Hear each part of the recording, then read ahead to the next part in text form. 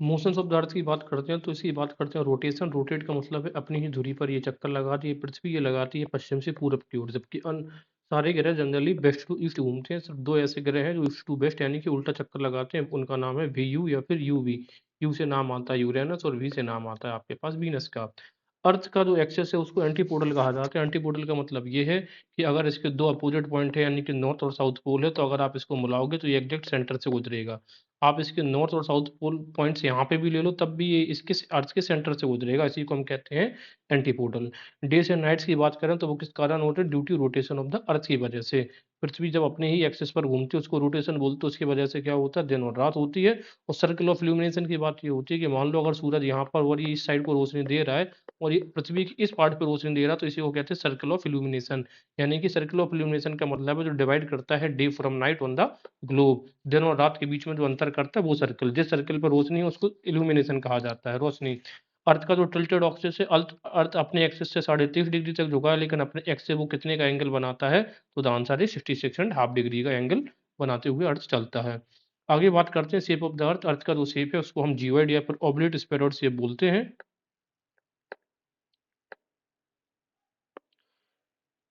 हाँ, इसके अलावा radius at equator is larger than poles. अच्छा, देखने वाली बात ये है कि अगर आप अर्थ को देखेंगे तो ये ऑब्लेट शेप का है, ये एकदम ऐसा गोल ना होकर जनरली ये शेप है। दैट मीन्स इसकी इक्वेटर पर अर्थ की जो लेंथ है वो ज़्यादा है और पोल्स की जो इसकी जो लेंथ है वो कम है। इक्वेटर पर अगर आप लेंथ देखोगे तो 12,756 किलोमीटर है, जबकि नॉर्थ पोल से साउथ पोल इसकी है 12,714 किलोमीटर। दैट मीन्स ये जो डिफरेंस है लगभग 756 और 714, ये इतना डिफरेंस हमें देखने को मिलता है। इसी वजह से इसको हम जियोइडल बल्ज बोलते हैं, यानी कि इक्वेटर की तरफ ये बल्ज है, इसका है इस तरीके का है। इसकी वजह से हम ये कहते हैं, अगर ये कहा जाए कि अर्थ का जो सेंटर है वो नॉर्थ मतलब पोल से पास में है या इक्वेटर से पास में है, तो आंसर होगा पोल के पास में है। क्यों? क्योंकि पोल से पास में है, क्योंकि इक्वेटर का जो पोल्स की जो लंबाई है यानी कि पोल्स की जो लेंथ है नॉर्थ पोल साउथ पोल की, ये कम है और इसकी लाइन लेंथ ज्यादा। इसी वजह से क्या कहा जाता है, यहाँ पे लिखा है क्या, the gravitation the centre of the earth is closer to the poles due to the equatorial bulge in comparison to equator. क्योंकि इक्वेटर के इक्वेटोरियल बल्ज है, कहने का मतलब है इक्वेटर पर लेंथ अधिक है, इस वजह से कहीं पे भी अगर हम इसका सेंटर मान लें, अगर ये सेंटर मान लेते हैं तो भी इसकी डिस्टेंस ज्यादा होगी जबकि इसकी डिस्टेंस कम होगी। अब क्वेश्चन ये आता है कि ग्रेविटेशनल जो फोर्स है वो पोल्स पे ज्यादा होता है और इक्वेटर पर कम होता है। जरा इस बात को जरा समझते हैं क्या बात है, देखते हैं। दो प्रकार के फोर्सेस काम करते हैं। अगर आप बात करोगे सेंटर, सेंटर मतलब इक्वेटर, सेंटर पे सेंट्रीफ्यूगल फोर्स ज्यादा होता है। कौन सा फोर्स? सेंट्रीफ्यूगल। मैं हमेशा मैं फिर से रिपीट कर रहा हूँ, सा से सेंटर सा से सेंट्रीफ्यूगल। तो सेंटर पे सेंट्रीफ्यूगल होगा ज्यादा। सेंट्रीफ्यूगल फोर्स कैसा होता है? जो बाहर की तरफ ऑब्जेक्ट्स को थ्रो करता है, ठीक है ना, उसको बोलते हैं सेंट्रीफ्यूगल फोर्स, तो बाहर की तरफ थ्रो करने वाला। और ग्रेविटेशनल फोर्स हमें पता है मैग्नेटिक की वजह से यहाँ पर ज्यादा होगा। कौन सा? यहाँ पे मैग्नेटिशनल फोर्स भी ज्यादा होता है, ग्रेविटेशनल फोर्स भी अधिक होता है। ऐसा क्यों है वो जरा समझते हैं। तो पहला कारण इसका ये है, सेंटर ऑफ द अर्थ है ये पोल्स से ज्यादा नजदीक में है और इक्वेटोरियल इक्वेटर से थोड़ा दूरी पर है। आप इसे देखो, अब ये इक्वेटोरियल अगर बर्ज है और अभी डिस्कस किया है कि इक्वेटोरियल की जो लेंथ है वो ज्यादा है और जबकि पोल्स की लेंथ होती है वो कम होती है, तो एक तो कारण यही हो गया। तो इस वजह से कोई भी चीज अगर इक्वेटर पर रखी, मतलब किसी भी डिस्टेंस पे अगर आप वो चीज रखो तो वो पोल्स की तरफ ज्यादा भागेगी, ना कि इक्वेटर की तरफ भागेगी। इसके अलावा दूसरा इसका कारण है the speed of the rotation of the earth is greater at the equator than at the poles. कहने का मतलब वो है, वो ये कह रहे हैं कि जो इक्वेटर है, इक्वेटर का जो एरिया मतलब इक्वेटर पे अर्थ ज्यादा तेजी के साथ घूमता है, रोटेट करता है, और पोल्स पे स्लो रोटेट करता है। आप ये समझो, ये अर्थ पूरा एक चक्कर मतलब एक बार रोटेट हो जाता है ना 24 आवर्स में, राइट। अब ये बताओ मुझे, एक इतना सा एरिया है, एक इतना सा एरिया है और एक इतना सा एरिया और एक इतना बड़ा एरिया है, तो सबसे बड़ा एरिया हमें कहाँ पे दिखेगा? सर्कल में, क्योंकि सर्कल जो सॉरी इक्वेटर पर, क्योंकि इक्वेटर की लेंथ अधिक है। अब ये बताओ, इतना बड़ा एरिया और इतना छोटा एरिया को घूम रहे हैं दोनों 24 घंटे में, तो हम ये नहीं कहेंगे कि ये फास्ट घूम रहा है, तब तो ये ज्यादा अपने आप को पूरा घुमा पा रहा होगा, और ये छोटा एरिया है तो ये स्लो घूम रहा होगा। इसी वजह से कहा जाता है कि इक्वेटर पे ज्यादा रोटेशन ज्यादा हाई है, अपेक्षाकृत यहाँ पे, राइट। यहाँ पे कैसा है? ये स्लो है। इसी वजह से कहा गया है 10 centrifugal force is greater at equator. अब ये बताओ, ज्यादातर वो ज्यादा कहाँ पे घूमता है? इस एरिया में घूमता है, तो जिस एरिया पे वो ज्यादा घूमेगा सेंट्रीफ्यूगल फोर्स वहीं पर तो ज्यादा लगेगा, तो इसी वजह से। As the centrifugal force and gravitational force are counteracting forces, the gravitational force is slightly less at equator. अब सीधी सी बात ये है कि ये दो फोर्सेस हैं, एक ग्रेविटेशन अपनी तरफ खींचता है और सेंट्रीफ्यूगल बाहर की तरफ देता है, ये दोनों अपोजिट फोर्सेस है, एंटी फोर्सेस है। तो अब चूंकि ग्रेविटी सेंट्रीफ्यूगल फोर्स ज्यादा होता है कहाँ पे, इक्वेटर पे, तो अगर आप इन दोनों फोर्सेस को कैलकुलेट यहाँ पे करोगे इक्वेटर पे, तो आपको सेंट्रीफ्यूगल फोर्स ज्यादा मिलेगा। क्यों? क्योंकि इसकी ज्यादा लेंथ है, मेन चीज यही है, बल्ज इसका है यहाँ पे इक्वेटोरियल बल्ज की वजह से। टेम्परेचर अगर आप इक्वेटर से दूर जाएंगे नॉर्थ और साउथ हेमिस्फीयर में, तो सीधी सी बात है टेम्परेचर में क्या होगी, कमी आएगी, ये तो क्लियर सी बात है। इसके अलावा टॉररिड जोन कहा जाता है ट्रॉपिक ऑफ कैंसर और ट्रॉपिक ऑफ कैप्रिकॉर्न के बीच में। सीधी सी बात है, अगर यहाँ से आप ये ले लो 23.5 डिग्री नॉर्थ और 23.5 डिग्री साउथ, तो इसी को बोलते हैं, इस एरिया को बोलेंगे हम क्या, ये है टॉररिड जोन, ये है ट्रॉपिक ऑफ कैंसर और ये होगा ट्रॉपिक ऑफ कैप्रिकॉर्न। आगे बात करते हैं रेवोल्यूशन ऑफ द अर्थ। तो यहाँ पर अब देखो अर्थ अपने एक्सिस पे ऐसा तिरछा घूम रहा होता है, इस तरीके का ये चलेगा, ठीक है, यहाँ से। तो ये आपको जो तारीख दिख रही है 21 मार्च, और इसके जस्ट अपोजिट 6 महीने तो 22 सितंबर। उसी तरीके से मार्च के बाद अप्रैल मई जून आता है तो 21 जून, और इसके जस्ट अपोजिट क्या रहेगा, दिसंबर का महीना। 21 मार्च को, 21 मार्च और 23 सितंबर को हमें पता है इक्विनॉक्स होता है, यानी कि दिन और रात इन दोनों तारीखों के कैसे होंगे, बराबर होंगे, क्योंकि सूर्य की जो रोशनी पड़ती है जो लाइन ऑफ इक्वेटर पर परपेंडिकुलर पड़ती है, बराबर पड़ती है, ठीक है। 21 मार्च को जो होता है उसको बोलते हैं बर्नल इक्विनॉक्स, 21 मार्च को जो होता है उसको हम क्या बोलते हैं, बर्नल इक्विनॉक्स। और जो 22-23 सितंबर को होता है उसको बोलते हैं ऑटमनल इक्विनॉक्स। उसी तरीके से 21 जून को हमें क्लियर दिख रहा है कि नॉर्थर्न हेमिस्फीयर पे, यहाँ पर देखो ये रोशनी, ये 23 डिग्री सेल्सियस है ना, सॉरी 23.5 डिग्री लेटीट्यूड है, यानी कि Capricorn, Capricorn sorry Cancer, tropic of Cancer है, कर्क रेखा पर इसकी जो रेखाएं हैं वो कैसी पड़ रही हैं, सीधी पड़ रही हैं।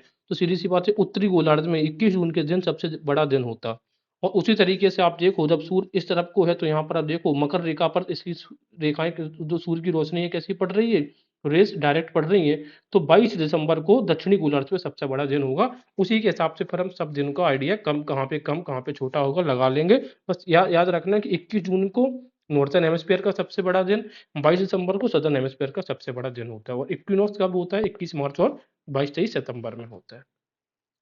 पेरी हेलन और एपी हेलन की बात करें, पास है पेरी हेलन तो मतलब कि पास, ए का मतलब ही होता है दूर हो जाना, ठीक है। तो पेरी हेलन का मतलब होता है जब सन और अर्थ जब इसका ऑर्बिट कर रहा होता है, रिवॉल्यूशन रिवॉल्यूशन कर रहा होता है, तो सबसे जब नजदीक होता है, पास में होता है पृथ्वी के, पृथ्वी जब सन के सबसे नजदीक होती है उस स्थिति को कहते हैं पेरी हेलन। और जब ये सबसे दूर होती है तो उसको बोलते हैं एपी हेलन। कहने का मतलब ये जब पेरी हेलन होता है यानी कि जब पास होता है तो हमें क्या लगता है कि यहाँ पर गर्मी होनी चाहिए, और जब दूर होता है तो हमें लगता है सर्दी होनी चाहिए, नहीं, लेकिन इसकी अपोजिट है। ऐसा क्यों है? क्योंकि जब ये पास होता है ना, तो देखिए इसका संबंध मैंने अभी आपको क्या बताया था कि सूर्य के परिक्रमा की वजह से, सूर्य का जो सॉरी पृथ्वी जो सूर्य का चक्कर लगाती है उसकी वजह से दिन और रात की जो लेंथ होती है इनमें फर्क पड़ता है। तो यहीं पर आप देखो, तो जब ये सूर्य के सबसे पास होती है पृथ्वी तो इसकी स्पीड भी ज्यादा हो जाती है, जब स्पीड ज्यादा हो जाएगी तो ये पृथ्वी सूर्य के पास तुरंत आएगी और तुरंत इससे दूर चली जाएगी। तो ये बताओ, तुरंत आएगी तुरंत दूर चली जाएगी, दैट मीन्स कि यहाँ पर जो दिन हो रहा होता है वो बहुत छोटा होगा। और सर्दियों में दिन कैसे होते हैं, छोटे होते हैं, ये दिमाग लगाइएगा, ठीक है।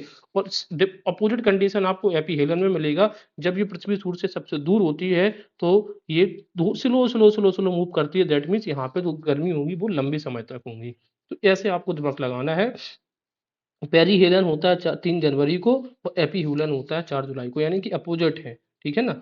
अपोजिट नहीं है, अगर आपको समझ नहीं आ रहा तो आप ऐसे जब गर्मी होनी चाहिए तब सर्दी पड़ रही है, जब सर्दी होनी चाहिए तब गर्मी पड़ती है। 3 जनवरी 4 जुलाई।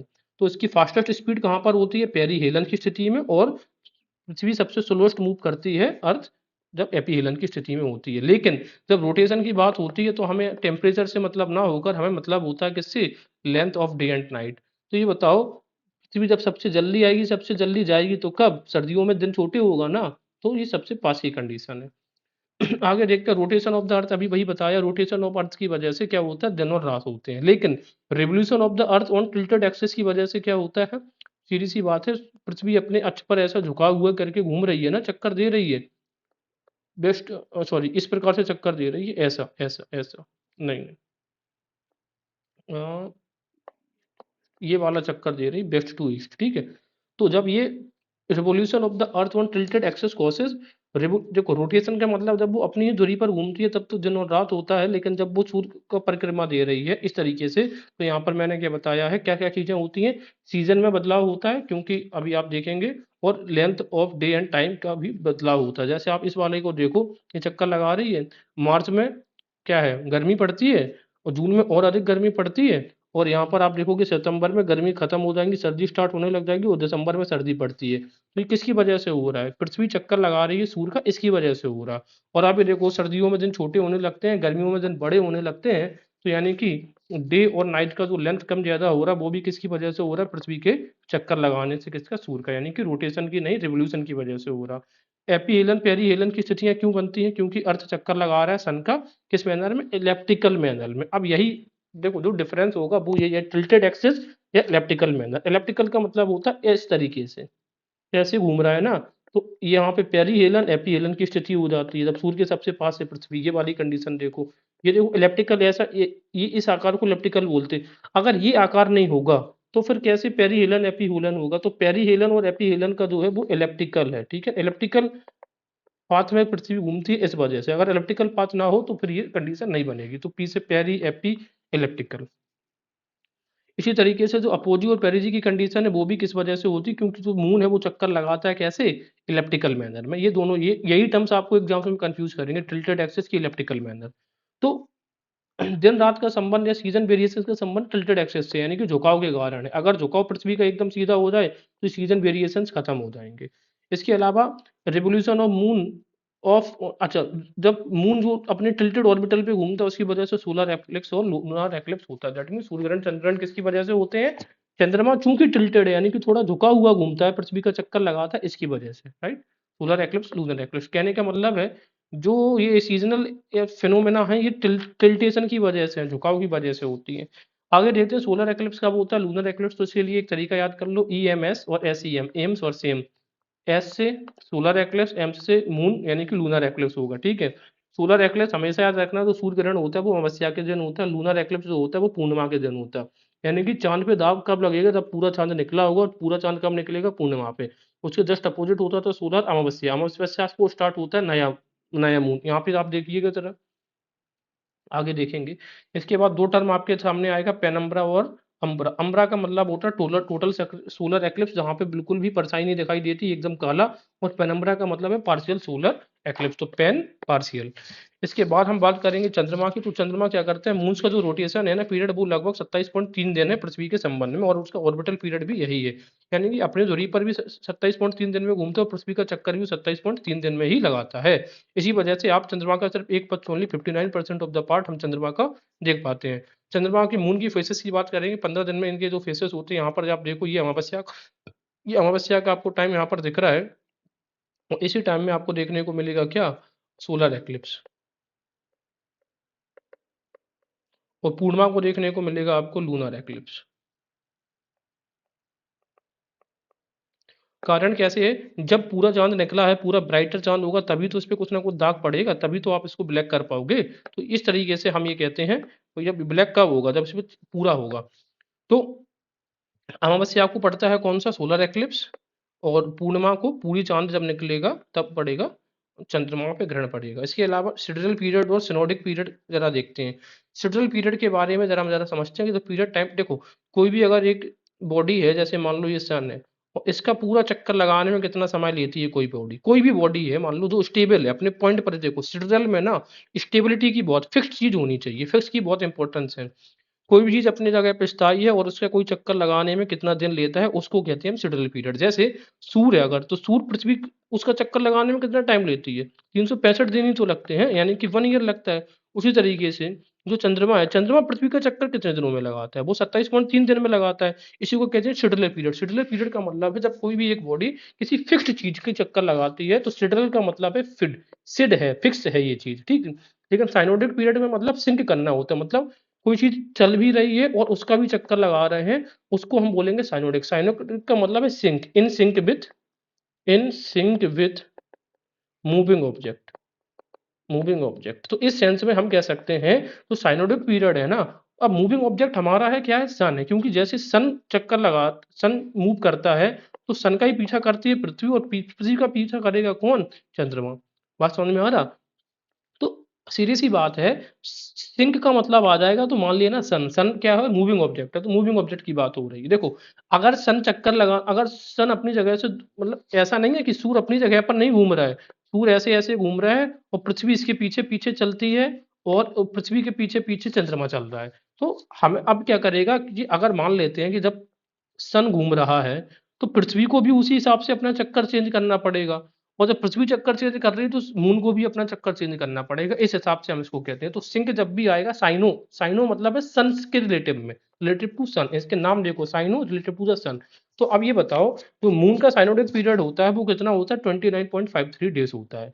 ठीक है, अब ये मून का साइनोडिक पीरियड का मतलब ये है कि जब सन भी ट्रेवल कर रहा है, पृथ्वी भी ट्रेवल कर रही है, और मून भी ट्रेवल कर रहा है। अगर पृथ्वी अपनी जगह पर हो, स्थायी हो, तो वो मून चक्कर लगाएगा 27.3 दिन में। लेकिन जब ये वाली कंडीशन हो जाती है, तीनों मूव करते हैं, तब वो उसका चक्कर बढ़ जाता है, वो चक्कर हो जाता है 29.53 डेज में। सिडल पीरियड हो या फिर साइनोडिक पीरियड हो, ये दोनों के दोनों लूनार पीरियड है, यानी कि चंद्रमा से रिलेटेड के एस्पेक्ट में बात करते हैं। अगर आपको समझ में नहीं आ रहा है तो इसकी जरा चर्चा करते हैं, इस वीडियो के माध्यम से जरा हम समझने की कोशिश करते हैं। आप ये देखो, ये यहाँ पर हमें क्या दिख रहा है? ये पृथ्वी दिख रही है सामने, और लेफ्ट हैंड साइड पे आपको चंद्रमा दिख रहा है। वेट, आप ये देखो, ये चंद्रमा इस तरीके से घूमता है, मतलब पृथ्वी का चक्कर लगा रहा है। ये नॉर्मल कंडीशन है, ठीक है ना? ये चीज समझ में आ रही है? इस तरीके से वो नॉर्मल पृथ्वी का चक्कर लगाता है, और पृथ्वी भी अपनी धुरी पर कैसे कर रही है? घूम रही है। अब हम क्या कर रहे हैं, हमने ये मान लिया कि चंद्रमा की ओरिजिनल पोजीशन यहाँ पर थी, जहाँ पे येलो पॉइंट आपको दिख रहा है, राइट? चंद्रमा की येलो पोजीशन हमें यहाँ पे दिख रही है। अब देखते हैं कि चंद्रमा उसको कितने दिनों में चक्कर लगाता है। चलिए, तो चंद्रमा का चक्कर हम स्टार्ट करते हैं। चंद्रमा का मेन पॉइंट हमने कहाँ पे मान लिया? जहाँ पर येलो है। अब देखिए, चंद्रमा ने अपना चक्कर देना स्टार्ट किया है पृथ्वी का, 360 डिग्री घूमेगा ना पूरा, तभी एक चक्कर माना जाएगा। देखिए, अब जो तो 360 डिग्री घूम गया, और आप देखो कितने दिन इसको लगे हैं, इसको दिन लगे हैं 27.322। तो पृथ्वी जब स्टेबल है, पृथ्वी यहाँ वहां नहीं घूम रही है, तब चंद्रमा को कितने दिन लगे हैं? 27.322 डेज लग गए हैं अपने चक्कर पूरा करने के लिए। ये चीज क्लियर हुई है नहीं हुई है? तो 27 दिन 7 घंटे 43 मिनट लगते हैं एग्जैक्ट, अगर टाइम की बात करें। अब देखो, साइनोडिक मंथ इसी को कहते हैं, ठीक है? अब जरा एस्पेक्ट में बात करते हैं कि अब मान लेते हैं कि सूर्य भी यहाँ पर आ गया है। अब ये देखिए, ये कंडीशन बन रही है कि सूर्य भी है, पृथ्वी भी है, और यहाँ पर आपको मून भी दिख रहा है। अब जरा बात करते हैं इस सेंस में। देखिए, हमने एक पीरियड को ओरिजिनल कर लिया कि अभी क्या है, अब इन तीनों की रिलेटिव, अब देखो जैसे भी साइन का आएगा ना, साइनोडिक पीरियड की बात, तो मून मून पृथ्वी का जो स्पीड होगी वो हम देखेंगे किसकी सापेक्ष में? सन के सापेक्ष में, ठीक है? साइन आएगा तो सन के सापेक्ष में देखेंगे। मान लेते हैं यहाँ से चंद्रमा अब ट्रेवल करना स्टार्ट करेगा, ये हमने पॉइंट मान लिया, ये करंट पोजीशन है, चंद्रमा अभी यहाँ से स्टार्ट कर रहा है, ठीक है? अब इस कंडीशन में क्या है, देखो सन भी चक्कर लगा रहा है, पृथ्वी चक्कर भी लगा रही है, देखते जाइए। देखिए, अब पृथ्वी रिवॉल्व कर रही है नहीं कर रही है? और सन भी, राइट। अगर पृथ्वी नहीं घूमती तो मून है अब तक इसको पार कर चुका हो, दैट मीन्स अपना 360 डिग्री पूरा कर चुका होता। लेकिन चूंकि पृथ्वी भी मूव कर रही है, ठीक है, इस वजह से वो अभी कुछ दूर रह गया है, और उसके 27 दिन पूरे हो चुके हैं। अब उसको पूरा चक्कर कंप्लीट करने के लिए सन और पृथ्वी से जो अपनी पहली पोजीशन थी उसकी, जो लंबी वाली रेखा दिख रही है, उसके लिए वो थोड़ा सा और ट्रेवल करने की कोशिश करेगा, ठीक है? अभी तक जो पॉइंट आपको दिख रहा है, ये दिख रहा है जो उसकी जहां से स्टार्ट किया था वहां पे आ गया, अगर ये चक्कर नहीं लगाया जाता तो। लेकिन अब इस कंडीशन में वो क्या करेगा, वो थोड़ा सा और आगे की तरफ मूव करने की कोशिश करेगा, तब जाके उसके, अभी तक वो कितने 27 थे, अब आगे मूव करेगा, और हैंस कम द 29.53 डेज में उसने चक्कर कर लिया। तो इसको बोला जाएगा क्या? ये है साइनोडिक ईयर, ये है साइनोडिक मंथ है। तो साइनोडिक मंथ कितना होता है? 29.53, 29 दिन 12 मिनट और 44 सेकंड का। तो ये ओवरऑल जो चीज थी वो हमने समझ ली है साइनोडिक की वजह से। तो जब भी साइनोडिक की बात आएगी तो इसका मतलब होगा सिंक से, ठीक है? साइनोडिक का मतलब क्या होगा? सिंक से इसका मतलब होगा साइनोडिक का। चलिए, आगे बात करते हैं। पेरिजी अपोजी वही बात होती है, पेरिजी मतलब ये मून के एस्पेक्ट में, जब चक्कर लगाता है, मून पृथ्वी के सबसे पास में होता है तो पेरजी बोलते हैं, अपोजी जब उसको सबसे दूर होता है। जब सबसे पास होगा तो पृथ्वी से आपको मून कैसा बहुत क्लियर दिखेगा, तो वो सुपर मून दिखेगा ना, बड़ा सा दिखेगा। और जब दूर हो जाएगा तो वो कैसा दिखेगा, माइक्रो मून दिखेगा। हीट बजट की बात करते हैं तो हीट बजट कुछ नहीं है, सूर्य से जो हीट आती है क्या इसका कितना कैसा है, जरा ये देखते हैं। सन ने अगर 100% हीट दी है तो सबसे बड़ी बात है 35% हीट रिफ्लेक्ट होकर चली जाती है, ये देख रहे हैं, ये रिफ्लेक्ट हो जाती है कितनी, 35%। 14% ये जो एरिया दिख रहा है ना ट्रोपोस्फियर आपका, यही इसको एब्जॉर्व कर लेता है। और 51% रिसीव करी जाती है अर्थ के द्वारा, कितनी, 51% अर्थ रिसीव करता है। मैं फिर से रिपीट कर रहा हूँ, 35 जैसी वो आएगा 35% रिवर्स हो गई, 14% एटमोस्फियर आप इसको एब्जॉर्व कर लेगा, और बची 51% पृथ्वी अपने पास ले लेती है इसको। अब पृथ्वी भी गर्म हुई है, इसको बोलते हैं शॉर्ट रेडिएशन है, जो सोलर एनर्जी आ रही है वो शॉर्ट रेडिएशन है।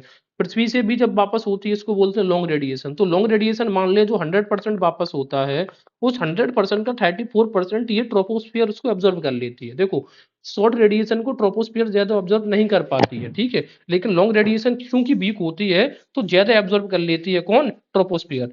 तो आप ये बताओ 14% ऑब्जर्व करती है ट्रोपोस्फियर ने, क्या ऑब्जर्व करी है, शॉर्ट रेडिएशन, और 34% उसने ऑब्जर्व कर लिया है लॉन्ग रेडिएशन। तो अगर ये क्वेश्चन ये पूछा जाए कि ये बताओ ट्रोपोस्फियर ज्यादातर किस रेडिएशन से गर्म होती है, शॉर्ट रेडिएशन से या लॉन्ग रेडिएशन से, तो आप बताओ किससे गर्म हो रही है ज्यादा, 14% ज्यादा है कि 34%, द आंसर इज 34% से ज्यादा वो क्या हो रही है, गर्म हो रही है। तो ट्रोपोस्फियर आपकी गर्म होती है किससे, लॉन्ग रेडिएशन से ज्यादातर। लेकिन जो पृथ्वी की सरफेस जो गर्म होती है वो गर्म होती है शॉर्ट रेडिएशन से, यानी कि क्योंकि शॉर्ट रेडिएशन से वो कितना रिसीव कर रहा है, रिसीव कर रही है 51%, राइट। तो दो अलग अलग एस्पेक्ट हैं। ये जो एटमॉस्फेयर है ना, ये ज्यादातर जो गर्म होती है वो गर्म होती है लॉन्ग रेडिएशन से, जबकि पृथ्वी हमारी गर्म होती है ज्यादातर शॉर्ट रेडिएशन से, ठीक है। अच्छा, अब ये बताओ टोटल ये कितना एब्जॉर्ब करती है, टोटल का मतलब है शॉर्ट रेडिएशन से भी मिला लो और लॉन्ग रेडिएशन से भी मिला के, जो हमारी एटमॉस्फेयर है वो एब्जॉर्ब करती है 34 और 14 48%। 48% में से यही 14% शॉर्ट रेडिएशन का है और 34% किसका है, लॉन्ग रेडिएशन का है। फैक्टर्स ऐसे कौन से हैं जो अफेक्ट करते हैं आपके टेम्परेचर डिस्ट्रीब्यूशन को, जरा देखते हैं। एंगल ऑफ इंसिडेंस, क्लियर सी बात है, अगर एंगल डायरेक्ट है तो ज्यादा हीट जाएगी, और इनडायरेक्ट एंगल है तो फिर तिरछा एंगल है तो हीट कम रहेगी। ड्यूरेशन ऑफ सनशाइन, जितने देर तक सन निकलेगा मतलब सनशाइन रहेगा उतनी देर तक पृथ्वी गर्म होती रहेगी। ट्रांसपेरेंसी ऑफ एटमॉस्फेयर, क्लियर सी बात है, अगर कण है, पॉल्यूशन है, तो फिर यही क्या करेंगे, यही एब्जॉर्ब कर देते हैं, फिर सनलाइट को रिफ्लेक्ट कर देते हैं, तो फिर पृथ्वी के पास सनलाइट कम पहुंचती है। एल्बिडो का मतलब है रिफ्लेक्शन कहाँ पर होगा, जितनी सफेद परत होगी उतना ही उसका एल्बिडो परसेंट अधिक होगा। लैंड सी डिफरेंशियल का मतलब क्या है, क्योंकि सी का जो स्पेसिफिक हीट होती है, स्पेसिफिक हीट या फिर हम कह सकते हैं लेटेंट हीट जो होती है पानी की वो अधिक होती है, दैट मीन्स ये ज्यादा कैलोरी ले लेगा और तब भी गर्म नहीं होगा, ठीक है। तो सी देर में गर्म होती है, देर में ठंडी होती है, और लैंड जल्दी गर्म हो जाता है, जल्दी ठंडा भी हो जाता है। इसी वजह से आप देखोगे सी पे ठंडक, पानी में ठंडक रहेगी और लैंड पे गर्माहट रहेगी। प्रीवेलिंग विंड्स, हवाओं की दिशा भी तय करती है, लैंड ब्रीज या सी ब्रीज के हिसाब से चीजें बदल जाती हैं टेम्परेचर को। ओशियन करंट्स भी, अगर गर्म पानी लेके कहीं जा रही है तो वहां पे गर्माहट होगी, ठंडा पानी लेके जा रही है तो वहां पे ड्राइनेस होगा। एल्टीट्यूड, ऊंचाई, ऊंचाई जैसे जैसे आप ऊंचाई पर जाओगे तो क्या होता है 6.5 डिग्री सेल्सियस की कमी आ जाती है अगर आप 1 किलोमीटर ऊपर जाते हैं, ये कंडीशन है ट्रोपोस्फियर में। एस्पेक्ट्स ऑफ स्लोप, यानी कि ढलान की कहानी है, सीधी सी बात है, वो ऊंचाई का मान लो आप। इसके अलावा बात करते हैं ड्यूनल एंड एन्यूनल। ड्यूनल का मतलब है हर 24 घंटे में, मतलब सुबह 4 बजे से लेके अगले मान लो कि दोपहर 4 बजे तक का, जो इसको बोलते हैं ड्यूनल मतलब दिन का, और एनुअल मतलब होता है 12 महीने का डिफरेंस में। अगर हम टेम्परेचर का जो रेंज ऑफ डिफरेंस देखेंगे तो सबसे कम आपको देखने को मिलेगा कहाँ पे, ओशियंस में। सीधी सी बात है, मैंने अभी क्या बताया था, पानी देर में ठंडा होता, देर में गर्म होता, ठीक है। तो इनका इनका जो जनरली जो डिफरेंस होता है वो ज्यादा नहीं होता। मान लेते हैं कि इनका दिन का सबसे अधिक तापमान आप ओशियंस में देखेंगे, मान लेते हैं 25%। तो सबसे, अगर आपने सबसे कम 25% देखा तो सबसे अधिक आप इनका देखोगे 30%, राइट, समझ में आ गया। अच्छा, और जबकि आप लैंड पे देख सकते हो कि लैंड पे था 25% सबसे कम, और सबसे अधिक हो जाता है 45% या 55% या 50%। और सबसे अधिक कहाँ पर होगा, जो रेगिस्तान के इलाके होते हैं वहां का ड्यूरेनल रेशियो बहुत अधिक होता है, ठीक है। अब ऐसा होता क्यों है, क्योंकि पहले बताया high specific heat and mixing, यानी कि पानी यहाँ पर मिक्स होता रहता है, इस वजह से एकदम से वाटर टेबल नहीं बनाती है, या तो गर्म वाटर टेबल या ठंडी वाटर टेबल नहीं बनती है, क्योंकि पानी ओशियन करंट्स की वजह से आपस में मिक्स होता रहता है, इस वजह से ये ज्यादा टेम्परेचर नहीं शो करता है। और हाई स्पेसिफिक हीट का मतलब है कि एक जो यूनिट ऑफ वाटर को अधिक गर्म होने के लिए बहुत ज़्यादा आपको एनर्जी देनी पड़ती है।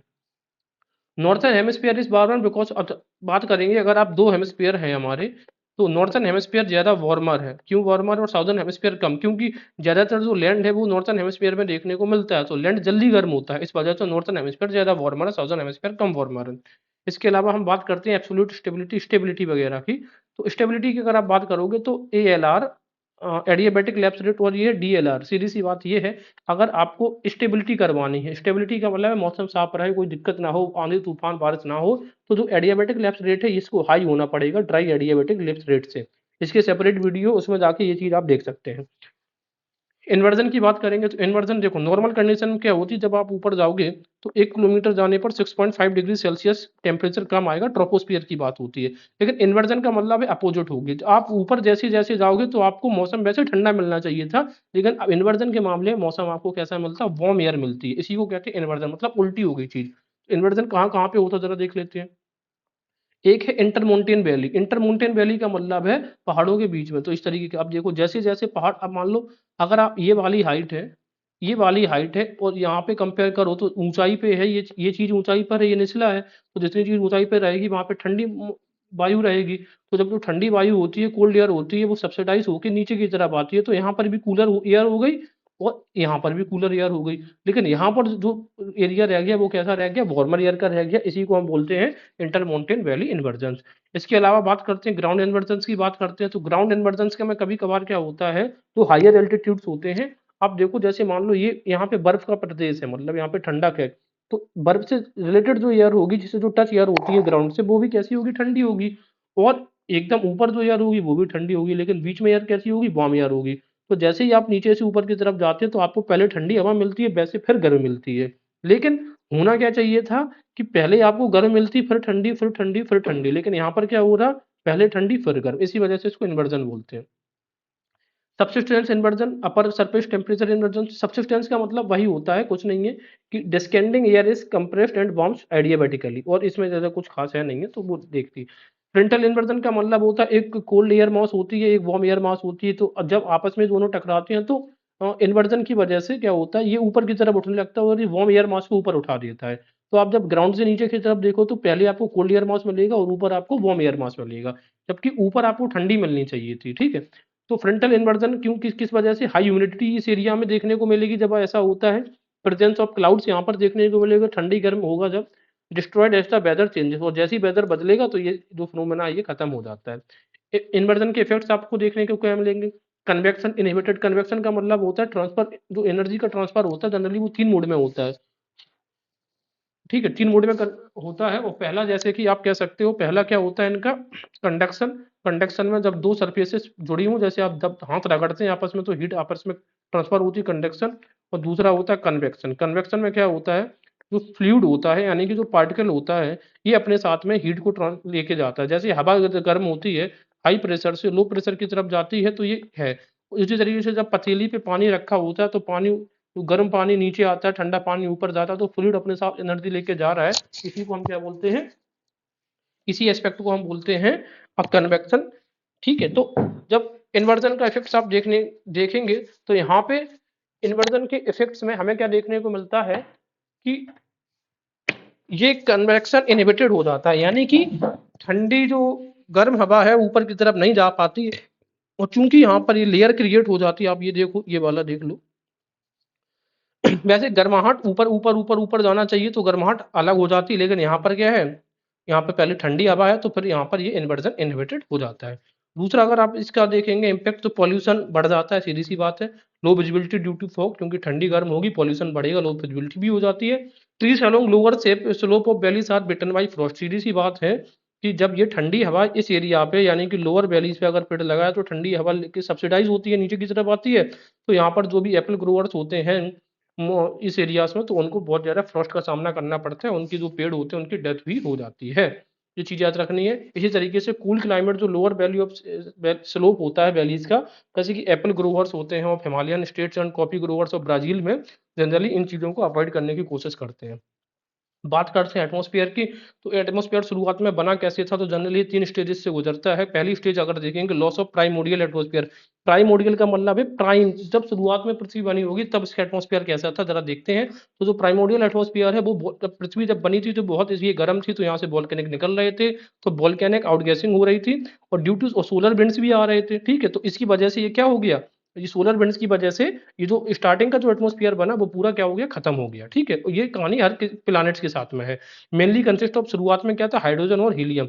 अब ये बताओ, जहां पे भी गर्माहट है वहां पे हाइड्रोजन और हीलियम तो होगा ही। जैसे कि आप देखोगे सन का जो सोर्स एनर्जी का वो क्या है, H+H=H ही तो है। तो ये हमें चीज समझनी चाहिए। तो इनिशियली पृथ्वी और जो सन है एक जैसी कहानी थी, ठीक है। इसके बाद क्या हुआ, फिर आता है second phase, D guessing phase.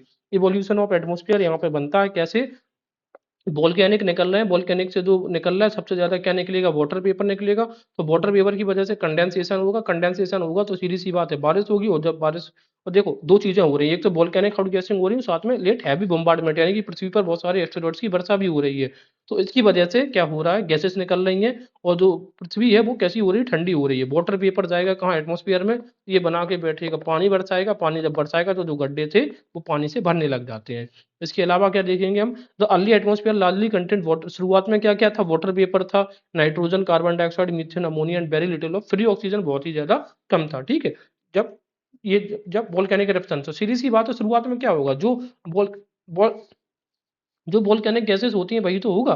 हाँ, वाटर वेपर की वजह से कंडेंस हुआ, बारिश हुई, जब बारिश हुई तो यहाँ पर दो चीजें हुई, बारिश के पानी में CO2 डिजोल्व हो गई पानी में, and formed compounds and rocks of ocean, और उसने कंपाउंड्स और रॉक्स ऑफ ओशियन बनाए, जिससे कि बाद में लाइफ, मतलब क्या हुई, लाइफ की संभावना बढ़ी। उसके अलावा टेम्परेचर फर्दर डिक्रीज, देखो जब पानी बरसा तो टेम्परेचर और डिक्रीज हुआ, और कंडेंसेशन हुआ, और बारिश हुई, तो इस प्रकार से हुआ। इसके अलावा जो डिप्रेशन थे, यानी कि जो गड्ढे थे वो भर गए, उन्हीं को हम बोलते हैं ओशियंस। यानी कि ओशियन का जो उद्भव है लगभग 500 मिलियन ईयर्स पहले हुआ होगा। थर्ड फेज है, the composition of atmosphere was modified by the living world. इसके बाद जब वो समुद्र में धीरे धीरे जीव जंतुओं का जन्म होता है, उसके बाद यानी कि जो अर्ली बैक्टीरिया आते हैं, उनकी वजह से फोटोसिंथेसिस उन्होंने करनी स्टार्ट कर दी, क्योंकि बैक्टीरिया के पास कैपेसिटी होती है फोटोसिंथेसिस करने की। तो फोटोसिंथेसिस में क्या होता है कि कार्बन को वे ऑब्जर्व करते हैं और ऑक्सीजन बाहर छोड़ते हैं। तो इस वजह से अब जो हमारा जो प्रेजेंट एटमॉस्फेयर है वो मेजरली इसमें जो कंट्रीब्यूशन है वो आपके अर्ली जो लिविंग वर्ल्ड है यानी कि बैक्टीरिया का रहा है। एटमॉस्फेयर की कंपोजिशन की बात करेंगे अगर, तो नाइट्रोजन का 78.08% है, ऑक्सीजन 20.9, आर्गन 0.93, कार्बन डाइऑक्साइड 0.36 है, ठीक है। सी से 3 होता है और 3 2 से 6 होता है। अब याद करने का निमोनिक्स है नो ACNH इन किलोमीटर, ठीक है। NH यानी कि national highway kilometre, no AC in NH kilometre, ये याद रखिएगा। उसके बाद देखते हैं लेयर्स ऑफ द एटमॉस्फेयर क्या कहती है हमारे लिए। ट्रोपोस्फियर सबसे पहले, फिर स्ट्रेटोस्फियर, मेसोस्फियर, थर्मोस्फियर और एग्जोस्फियर। ट्रोपोस्फियर जनरली आप अगर देखोगे दो चीजें याद रखना, ये वाला जो एरिया है हमें ये पता है इक्वेटोरियल बेल्ट है, यानी कि यहाँ पर इक्वेटोरियल पर क्या होता है, यहाँ पर ज्यादातर गर्मी पड़ती है, तो इस वजह से गैसेस ऊपर जाके बहुत दूर दूर तक ये फैल जाती हैं। इसी वजह से आप देखोगे कि ट्रोपोस्फियर का जो हाइट है वो इक्वेटर पर अधिक होता है। इसी वजह से कहा जाता है कि इक्वेटर पर इसकी thickness 18 degree Celsius, sorry 18 kilometre होती है, जबकि पोल्स पर ये 8 किलोमीटर होती है। इस क्योंकि क्यों किस वजह से होती है, क्योंकि इक्वेटर पर इसकी थिकनेस अधिक होती है, किस वजह से, क्योंकि हीटेड एयर ज्यादा ऊंचाई तक चली जाती है, जबकि पोल्स के पास ऐसा नहीं होता है। अगर आप देखोगे इक्वेटर पर ये 18 किलोमीटर डिग्री है, हाँ। अब ट्रोपोस्फियर में क्या होता है, जब आप 1 किलोमीटर ऊपर जाओगे तो 6.5 डिग्री सेल्सियस तापमान आपको कम देखने को मिलता है। 1 किलोमीटर ऊपर जाने पर 6.5 डिग्री सेल्सियस की कमी देखने को मिलती है। इसके अलावा जो भी इवेंट्स होते हैं, जब आप पानी ऊपर, जब वायु ऊपर जाएगी, ठीक है, और चेंजेस होगा वायु के इसमें एडियाबैटिक लैप्स में, सीधी सी बात है यहाँ पर बादल बनेंगे, बारिश भी होगी, यानी कि जो भी वेदर से संबंधित फिनोमेना है, इवेंट्स है, वो सब ट्रोपोस्फियर में ही देखने को मिलती है। इसके अलावा बात है स्ट्रेटोस्फियर, तो स्ट्रेटोस्फियर में ही स्थित होती है ओजोन लेयर। अभी हमने पढ़ा था हीट बजट के बारे में, क्योंकि 35% क्या होती है, इसको 34% रिफ्लेक्ट, 35% रिफ्लेक्ट कर देती है, 51% एब्जॉर्ब करती है, और 40, सॉरी रिपीटेड, 35% रिफ्लेक्ट हो जाता है, 51% अर्थ इसको एब्जॉर्ब कर लेता है, और जो बाकी रह जाती है वो रिफ्लेक्ट 14% एब्जॉर्ब कर लेती है, ये आपका ये लेयर। इसके बाद ट्रोपो स्ट्रेटोस्फियर की बात करेंगे, तो स्ट्रेटोस्फियर में 11 to 31 60 degree -60 degree Fahrenheit to 5 degree Fahrenheit temperature होता है। दैट मीन्स अगर ट्रोपोस्फियर में टेम्परेचर डिक्रीज होता है तो स्ट्रेटोस्फियर में इंक्रीज होता है। उसका एक बड़ा रीजन ओजोन लेयर का प्रेजेंस होना भी है। और दूसरी बात ये है कि स्ट्रेटोस्फीयर में कोई भी आपको वेदर इवेंट फिनोमेना आपको देखने को नहीं मिलता। दैट्स वाई यहाँ पर एयरप्लेन की के लिए सबसे अच्छी दिशाएं पाई जाती हैं, ठीक है। एयरप्लेन इजीली आप यहाँ पर उड़ा पाएंगे। इसके अलावा ये कि यहाँ पे टेम्परेचर राइज देखने को मिलता है due to ozone. Sometimes cirrus clouds यहाँ पे देखने को मिलते हैं। सीरस क्लाउड्स कैसे होते हैं? बहुत ज्यादा ठंडे क्लाउड्स होते हैं, सीरस होते हैं, और जो फेदरी फेदर तरीके से दिखते हैं, ठीक है। याद करने का तरीका कि सीरस यानी कि सारस, सारस पक्षी होते हैं, सारस के फेदर, और ये आइसी क्लाउड्स बोले जाते हैं। सीरी, सीरी का मतलब नहीं होता कि सीरी आग मतलब ठंडी। इसके अलावा मेसोस्फीयर, मेसोस्फीयर की सबसे इंपॉर्टेंट बात है कि एब्रप्ट सडन ड्रॉप होता है टेम्परेचर में, मतलब बहुत तेजी के साथ टेम्परेचर एकदम डाउन होता चला जाएगा, ठीक है। तो पहले कम, फिर ज्यादा, फिर कम होगा। दूसरी बात ये है कि मेसोस्फीयर में मेटोइड्स जब एंटर करेंगे तो ये भी जलने लगेंगे। तो एम से मेसोस्फीयर, एम से मेट्यूर्स। हाँ, इसके अलावा क्या है, पोलर मेसोफेरिक नॉक्ट्यूलेंट क्लाउड्स भी आपको कहाँ पे मेसोस्फीयर में देखने को मिलते हैं। मेसोफेरिक क्लाउड्स हैं कहाँ पे, मेसोपोज में देखने को मिलते हैं। अगर आप बात करेंगे पूरे हमारे एटमॉस्फेयर की सबसे जो ठंडी जो लेयर होगी वो होगी मेसोपोज। कोल्डेस्ट प्लेस ऑन अर्थ उसको बोलते हैं -85 डिग्री। अर्थ का मतलब ये है कि दैट मीन्स जब हम काउंट करते हैं अर्थ के एटमॉस्फेयर को। आगे बात करेंगे थर्मोस्फीयर। थर्मो का मतलब ही होता है हीट, तो यहाँ पर गर्माहट ज्यादा होगी। और आप देखोगे मेसोस्फीयर को जैसे आप पार कर लोगे तो फिर आपको दिखेगी करमान लाइन। करमान लाइन का मतलब है कि आपका एटमॉस्फेयर खत्म हो गया है एक्चुअल में, और अब स्टार्ट हो गया है कि अंतरिक्ष। थर्मोस्फीयर का ही पार्ट है आयोनोस्फीयर। थर्मोस्फीयर में आपको अरोरा देखने को मिलते हैं, क्योंकि अरोरा हम देख जानते हैं कि बहुत ज्यादा लाइटनिंग और बहुत ज्यादा रंगीली इवेंट्स होती हैं, दैट मीन्स कलरफुल इवेंट्स होते हैं। और ये सब कलर का जो संबंध है वो थर्मोस्फीयर से ही होता है, ठीक है। इसके अलावा अंत में आ जाता है आपको एक्सोबास या एक्सोस्फीयर। एक्सोस्फीयर में आपको स्पेसशिप देखने को मिलते हैं। अच्छा, थर्मोस्फीयर में या आयोनोस्फीयर में ही अब जो रेडियो बैंड्स वगैरह, सैटेलाइट्स वगैरह हैं, वो सब थर्मोस्फीयर में ही जाके फिक्स्ड होती हैं। तो ये चीजें हमें याद करनी थी। Auroras are observed in lower parts. Lower parts of कहाँ के? हम in lower parts of thermosphere. तो we have discussed each and everything. आगे हम बात करते हैं, ये चीजों को हम बाद में सेपरेटली देख लेंगे। चलिए। मेड ऑफ आइस क्रिस्टल्स की, अच्छा टाइप्स ऑफ क्लाउड्स की अगर हम बात करेंगे तो क्लाउड्स हैं वो जनरली तीन टाइप के क्लाउड होते हैं। एक लोअर लेवल पर होते हैं, एक मिडिल लेवल पर होते हैं, एक होते हैं अपर लेवल पर। देखो, हमें मिडिल लेवल पे पहले याद करना है। तो जब जिन भी क्लाउड्स में आल्टो आल्टो वर्ड आएगा वो सब मिडिल लेवल पर है। और जिनमें जो सीरा सीरा सीरा सीरी मतलब क्या होते हैं, ठंडे। ठंडे कहाँ होंगे? सबसे हाई लेवल पे जाके होंगे ना ठंडे। तो वो होंगे अपर लेवल क्लाउड्स, ठीक है ना, हाई लेवल क्लाउड्स। और बाकी जो रह गए हैं जैसे कि निम्बू स्ट्रेटस। स्ट्रेटस का मतलब भी होता है परतदार, यानी कि परत पे। स्ट्रेटस, क्यूमुलस, स्ट्रेटोक्यूमुलस या फिर क्यूमुलोनिम्बस, ये सब लोअर रीजन के हैं। तो हमें दो याद किए हैं, मिडिल के लिए ऑल्टो और अपर के लिए सीरस, बाकी सब लोअर। याद करते हैं। जो निम्बू स्टेटस क्लाउड होते हैं जनरली ये जहां पर ज्यादा गर्मी पड़ती है उसके बाद जो दोपहरी में जो क्लाउड्स बनते हैं, इनका स्टेटस देखो नींबू के आकार का, यानी कि थोड़े ग्रे आकार के होते हैं, बहुत हैवी रेनफॉल होता है और बहुत ही पास में ये क्लाउड्स होते हैं। सबसे बड़ी बात है निम्बू स्टेटस का कोई शेपलेस होते हैं, ब्लैक एंड डार्क, इनकी कोई आकार नहीं होता, कैसे भी बन सकते हैं। इसके अलावा बात करेंगे हम क्यूमुलस क्लाउड्स का। क्यूमुलस का मतलब क्या होता है? इकट्ठा होना, क्यूमुलस है ना। कहाँ से क्यूमुलस? तो क्यूमुलस कॉटन, कॉटन वूल।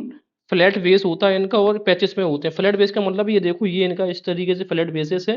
तो आप ये बताओ कॉटन को क्या करते हैं? क्यूमुलस इकट्ठा करके रखते हैं, फ्लैट बेस है, और पैचेस, कॉटन के पैचेस होते हैं कि नहीं होते? तो ऐसे याद रख सकते हैं। इसके अलावा स्ट्रेटस का मतलब भी होता है स्ट्रेटा, यानी कि लेयर्ड क्लाउड्स होते हैं। तो form due to loss of heat और mixing of air masses of different temperatures. ये किस वजह से बनते हैं? लॉस, हीट की कमी की वजह से। दैट मीन्स आप कह सकते हैं जो अभी हमने पढ़ा था ना, इनवर्ट जो टेम्परेचर वेरिएशंस की वजह से, और mixing of air masses of different temperatures की वजह से होता है। इसके बाद क्या है, क्यूमुलोनिम्बस क्लाउड लोअर क्लाउड्स होते हैं, ठीक है। ऑल्टो क्यूमुलस और ऑल्टो स्ट्रेटस क्लाउड कहते हैं मिडिल वाले। सीरस क्लाउड मान ली, सीरस, सीरस मतलब कहते हैं ना सीरी, सीरी मतलब दैट मीन ठंडी चीज। तो ये ठंडे क्लाउड होते हैं, that means made of ice crystals. ये फिजरी अपीयरेंस होते हैं। तो यार कैसे किया हमने, सारस के फेदर्स होते हैं, तो फिजरी अपीयरेंस। और सन या हेलो या फिर रेनबो आपको इन्हीं क्लाउड्स में देखने को मिलता है। We have discussed these things. आगे हम बढ़ते हैं ह्यूमिडिटी के बारे में बात करते हैं। ह्यूमिडिटी, तो एब्सोल्यूट ह्यूमिडिटी की बात अगर हम करेंगे तो एब्सोल्यूट ह्यूमिडिटी में क्या होता है कि the actual amount of water vapour present in the atmosphere, की एक्चुअल अमाउंट कितना प्रेजेंट है एटमॉस्फेयर में। और इसको हम एक्सप्रेस जो करते हैं वो करते हैं ग्राम पर क्यूबिक मीटर में। कैसे? ग्राम पर क्यूबिक मीटर एब्सोल्यूट टर्म्स होता है, ठीक है ना।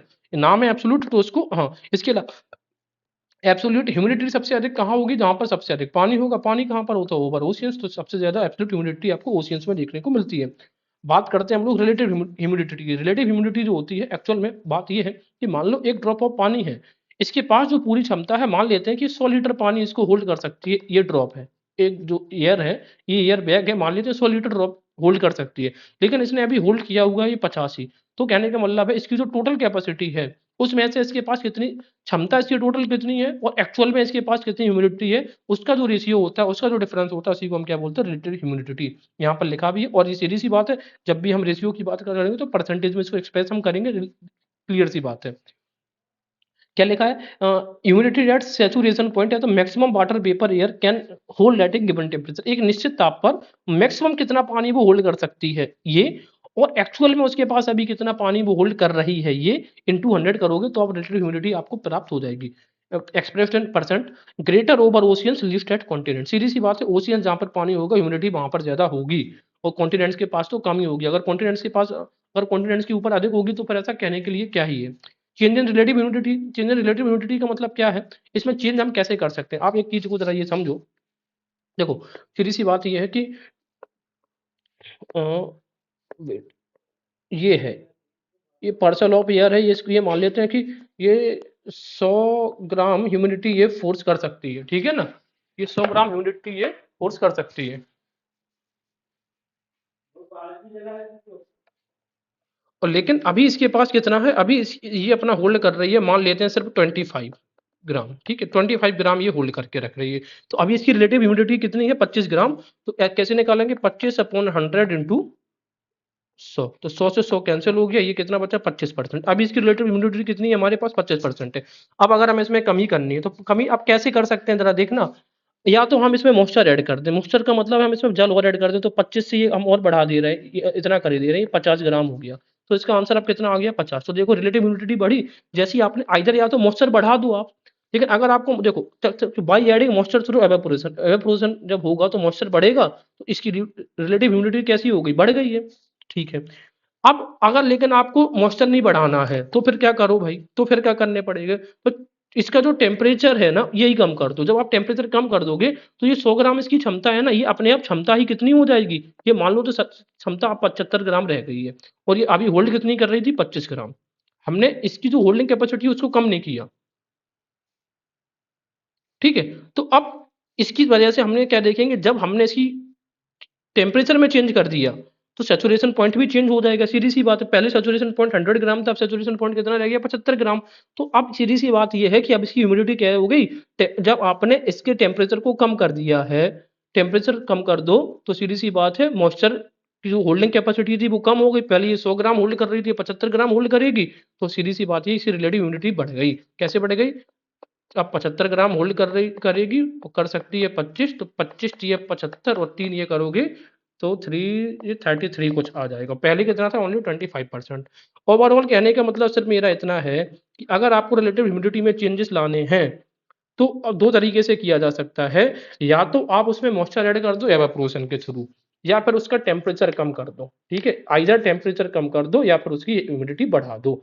इसी वजह से कहा जाता है टेम्परेचर और ह्यूमिडिटी में इनवर्स रिलेशन है, अगर आपने टेम्परेचर बढ़ा दिया तो ह्यूमिडिटी क्या हो जाएगी, ह्यूमिडिटी कम हो जाएगी, और अगर आपने ह्यूमिडिटी टेम्परेचर कम कर दिया तो ह्यूमिडिटी क्या हो जाएगी, बढ़ जाएगी, ठीक। इनवर्स रिलेशन है टेम्परेचर एंड ह्यूमिडिटी में। स्पेसिफिक ह्यूमिडिटी का मतलब ये होता है कि जब पर केजी ऑफ एयर है, मतलब 1 केजी अगर हवा है, इसमें ये देखा जाता है वाटर वेपर्स इन ग्राम्स, तो इसमें कितने ग्राम वाटर वेपर है, कितने ग्राम है, इस वजह से, ठीक है। और सबसे बड़ी बात है ये कभी चेंज ही नहीं होगी, क्यों, 1 ग्राम की बात, अब भाई अगर पूरी बाल्टी से मान लो 1 लीटर हम पानी निकाल लें तो सैलिडिटी क्या बदलेगी, कभी नहीं बदलेगी, वैसे ही इसका हाल है। अगर मान लो 1 ग्राम हमने निकाल लिया है, मान लो 1 किलो हवा इससे निकाल ली है, तो इसका 1 ग्राम जितनी भी ह्यूमिडिटी होगी वो बनी रहेगी। या आप 100 बात की एक बात ऐसे याद रखो, इसका नाम ही स्पेसिफिक, जो स्पेसिफिक चीज होती है उसमें, स्पेसिफिक जो चीज होती है उसमें कभी भी कोई चेंज नहीं आता है। तो स्पेसिफिक जो ह्यूमिडिटी होती है उसके टेम्परेचर में कोई चेंज नहीं आएगा। ड्यू पॉइंट हमें पता है, it occurs when relative humidity कितनी पहुंच जाती है, 100%। ड्यू पॉइंट दैट मींस पानी कंडेंसेशन होने लग गया है। एवापोरेशन की बात कहाँ पे होगी, अब ये बताओ एवापोरेशन हाईएस्ट कहाँ पर होगा, जहाँ पे गर्मी पड़ेगी। गर्मी की तरह देखते हैं वो कहाँ पे देखने को मिल रही है हमें, एक तो देखने को मिलती है बेर्थ नॉर्थ अटलांटिक ओशियन में, और वो कह रहे हैं गल्फ स्ट्रीम की वजह से। बेर्थ नॉर्थ ये अटलांटिक है, ठीक है, और इसका एक लाइन खींच दो तो ये आपका ईस्ट है, ये वेस्ट है, ये नॉर्थ है, तो नॉर्थ वेस्ट यानी कि गल्फ स्ट्रीम यहाँ पर देखने को मिल रही है। और ये कैसी धारा है, ये गर्म जल धारा है, ऊपर यहाँ से आती है आपको लेब्राडोर की धारा, तो यहाँ पर क्या रहेगा, इवेपोरेशन रेट इस एरिया में ज़्यादा हाई रहेगा। इसके अलावा नॉर्थ पैसिफिक आपका ये वाला एरिया है, क्योंकि यहाँ पे 2 करंट्स देखने को मिलती हैं। एक तो क्रूसियो करंट देखने को मिल रही है और दूसरी अलास्का करंट। ये दोनों कैसी है? गर्म जलधाराएँ हैं। इसकी वजह से भी आपको नॉर्थ पैसिफिक में भी अच्छी खासी ह्यूमिडिटी इवेपोरेशन रेट होगा। इवेपोरेशन रेट होगा तो ह्यूमिडिटी भी हमें देखने को मिलती है। इसके अलावा ट्रेड विंड जोन होता है, तो सदर्न हेमिस्फीयर का जो ट्रेड विंड जोन है, ये वाला 30 से 35 डिग्री वाला ना, इस वाले एरिया में भी आपको देखने को मिलती है क्या? ह्यूमिडिटी। ठीक है। अब बात करते हैं फैक्टर्स जो अफेक्ट करते हैं एवापोरेशन को। अमाउंट ऑफ वाटर अवेलेबल, जितना पानी होगा एवापोरेशन हाई होगा, जितना पानी कम होगा एवापोरेशन लो होगा। सीधी सी बात है, इसमें यार कुछ सोचने समझने की बात ही नहीं है। एरिया, अब कितने, जितना बड़ा एरिया होगा एवापोरेशन रेट हाई होगा, जितना छोटा एरिया होगा एवापोरेशन रेट कम होगा। तो इसी वजह से अगर ये पूछ लिया जाए कि इनमें से किस समुद्र का एवापोरेशन हाई है, तो आप ये बताओ, जो समुद्र सबसे बड़ा होगा उसका एवापोरेशन रेट हाई होगा। तो पैसिफिक सबसे बड़ा है, तो पैसिफिक का एवापोरेशन रेट हाई होगा। बड़ा एरिया ज्यादा एवापोरेशन, सीधी सी बात ये है। टेम्परेचर, जितना अधिक टेम्परेचर एवापोरेशन उतना हाई। रिलेटिव ह्यूमिडिटी के हिसाब से भी, मतलब क्षमता उसकी कितनी है और कितना वो होल्ड करके रख रही है। कंडीशंस क्या होनी चाहिए?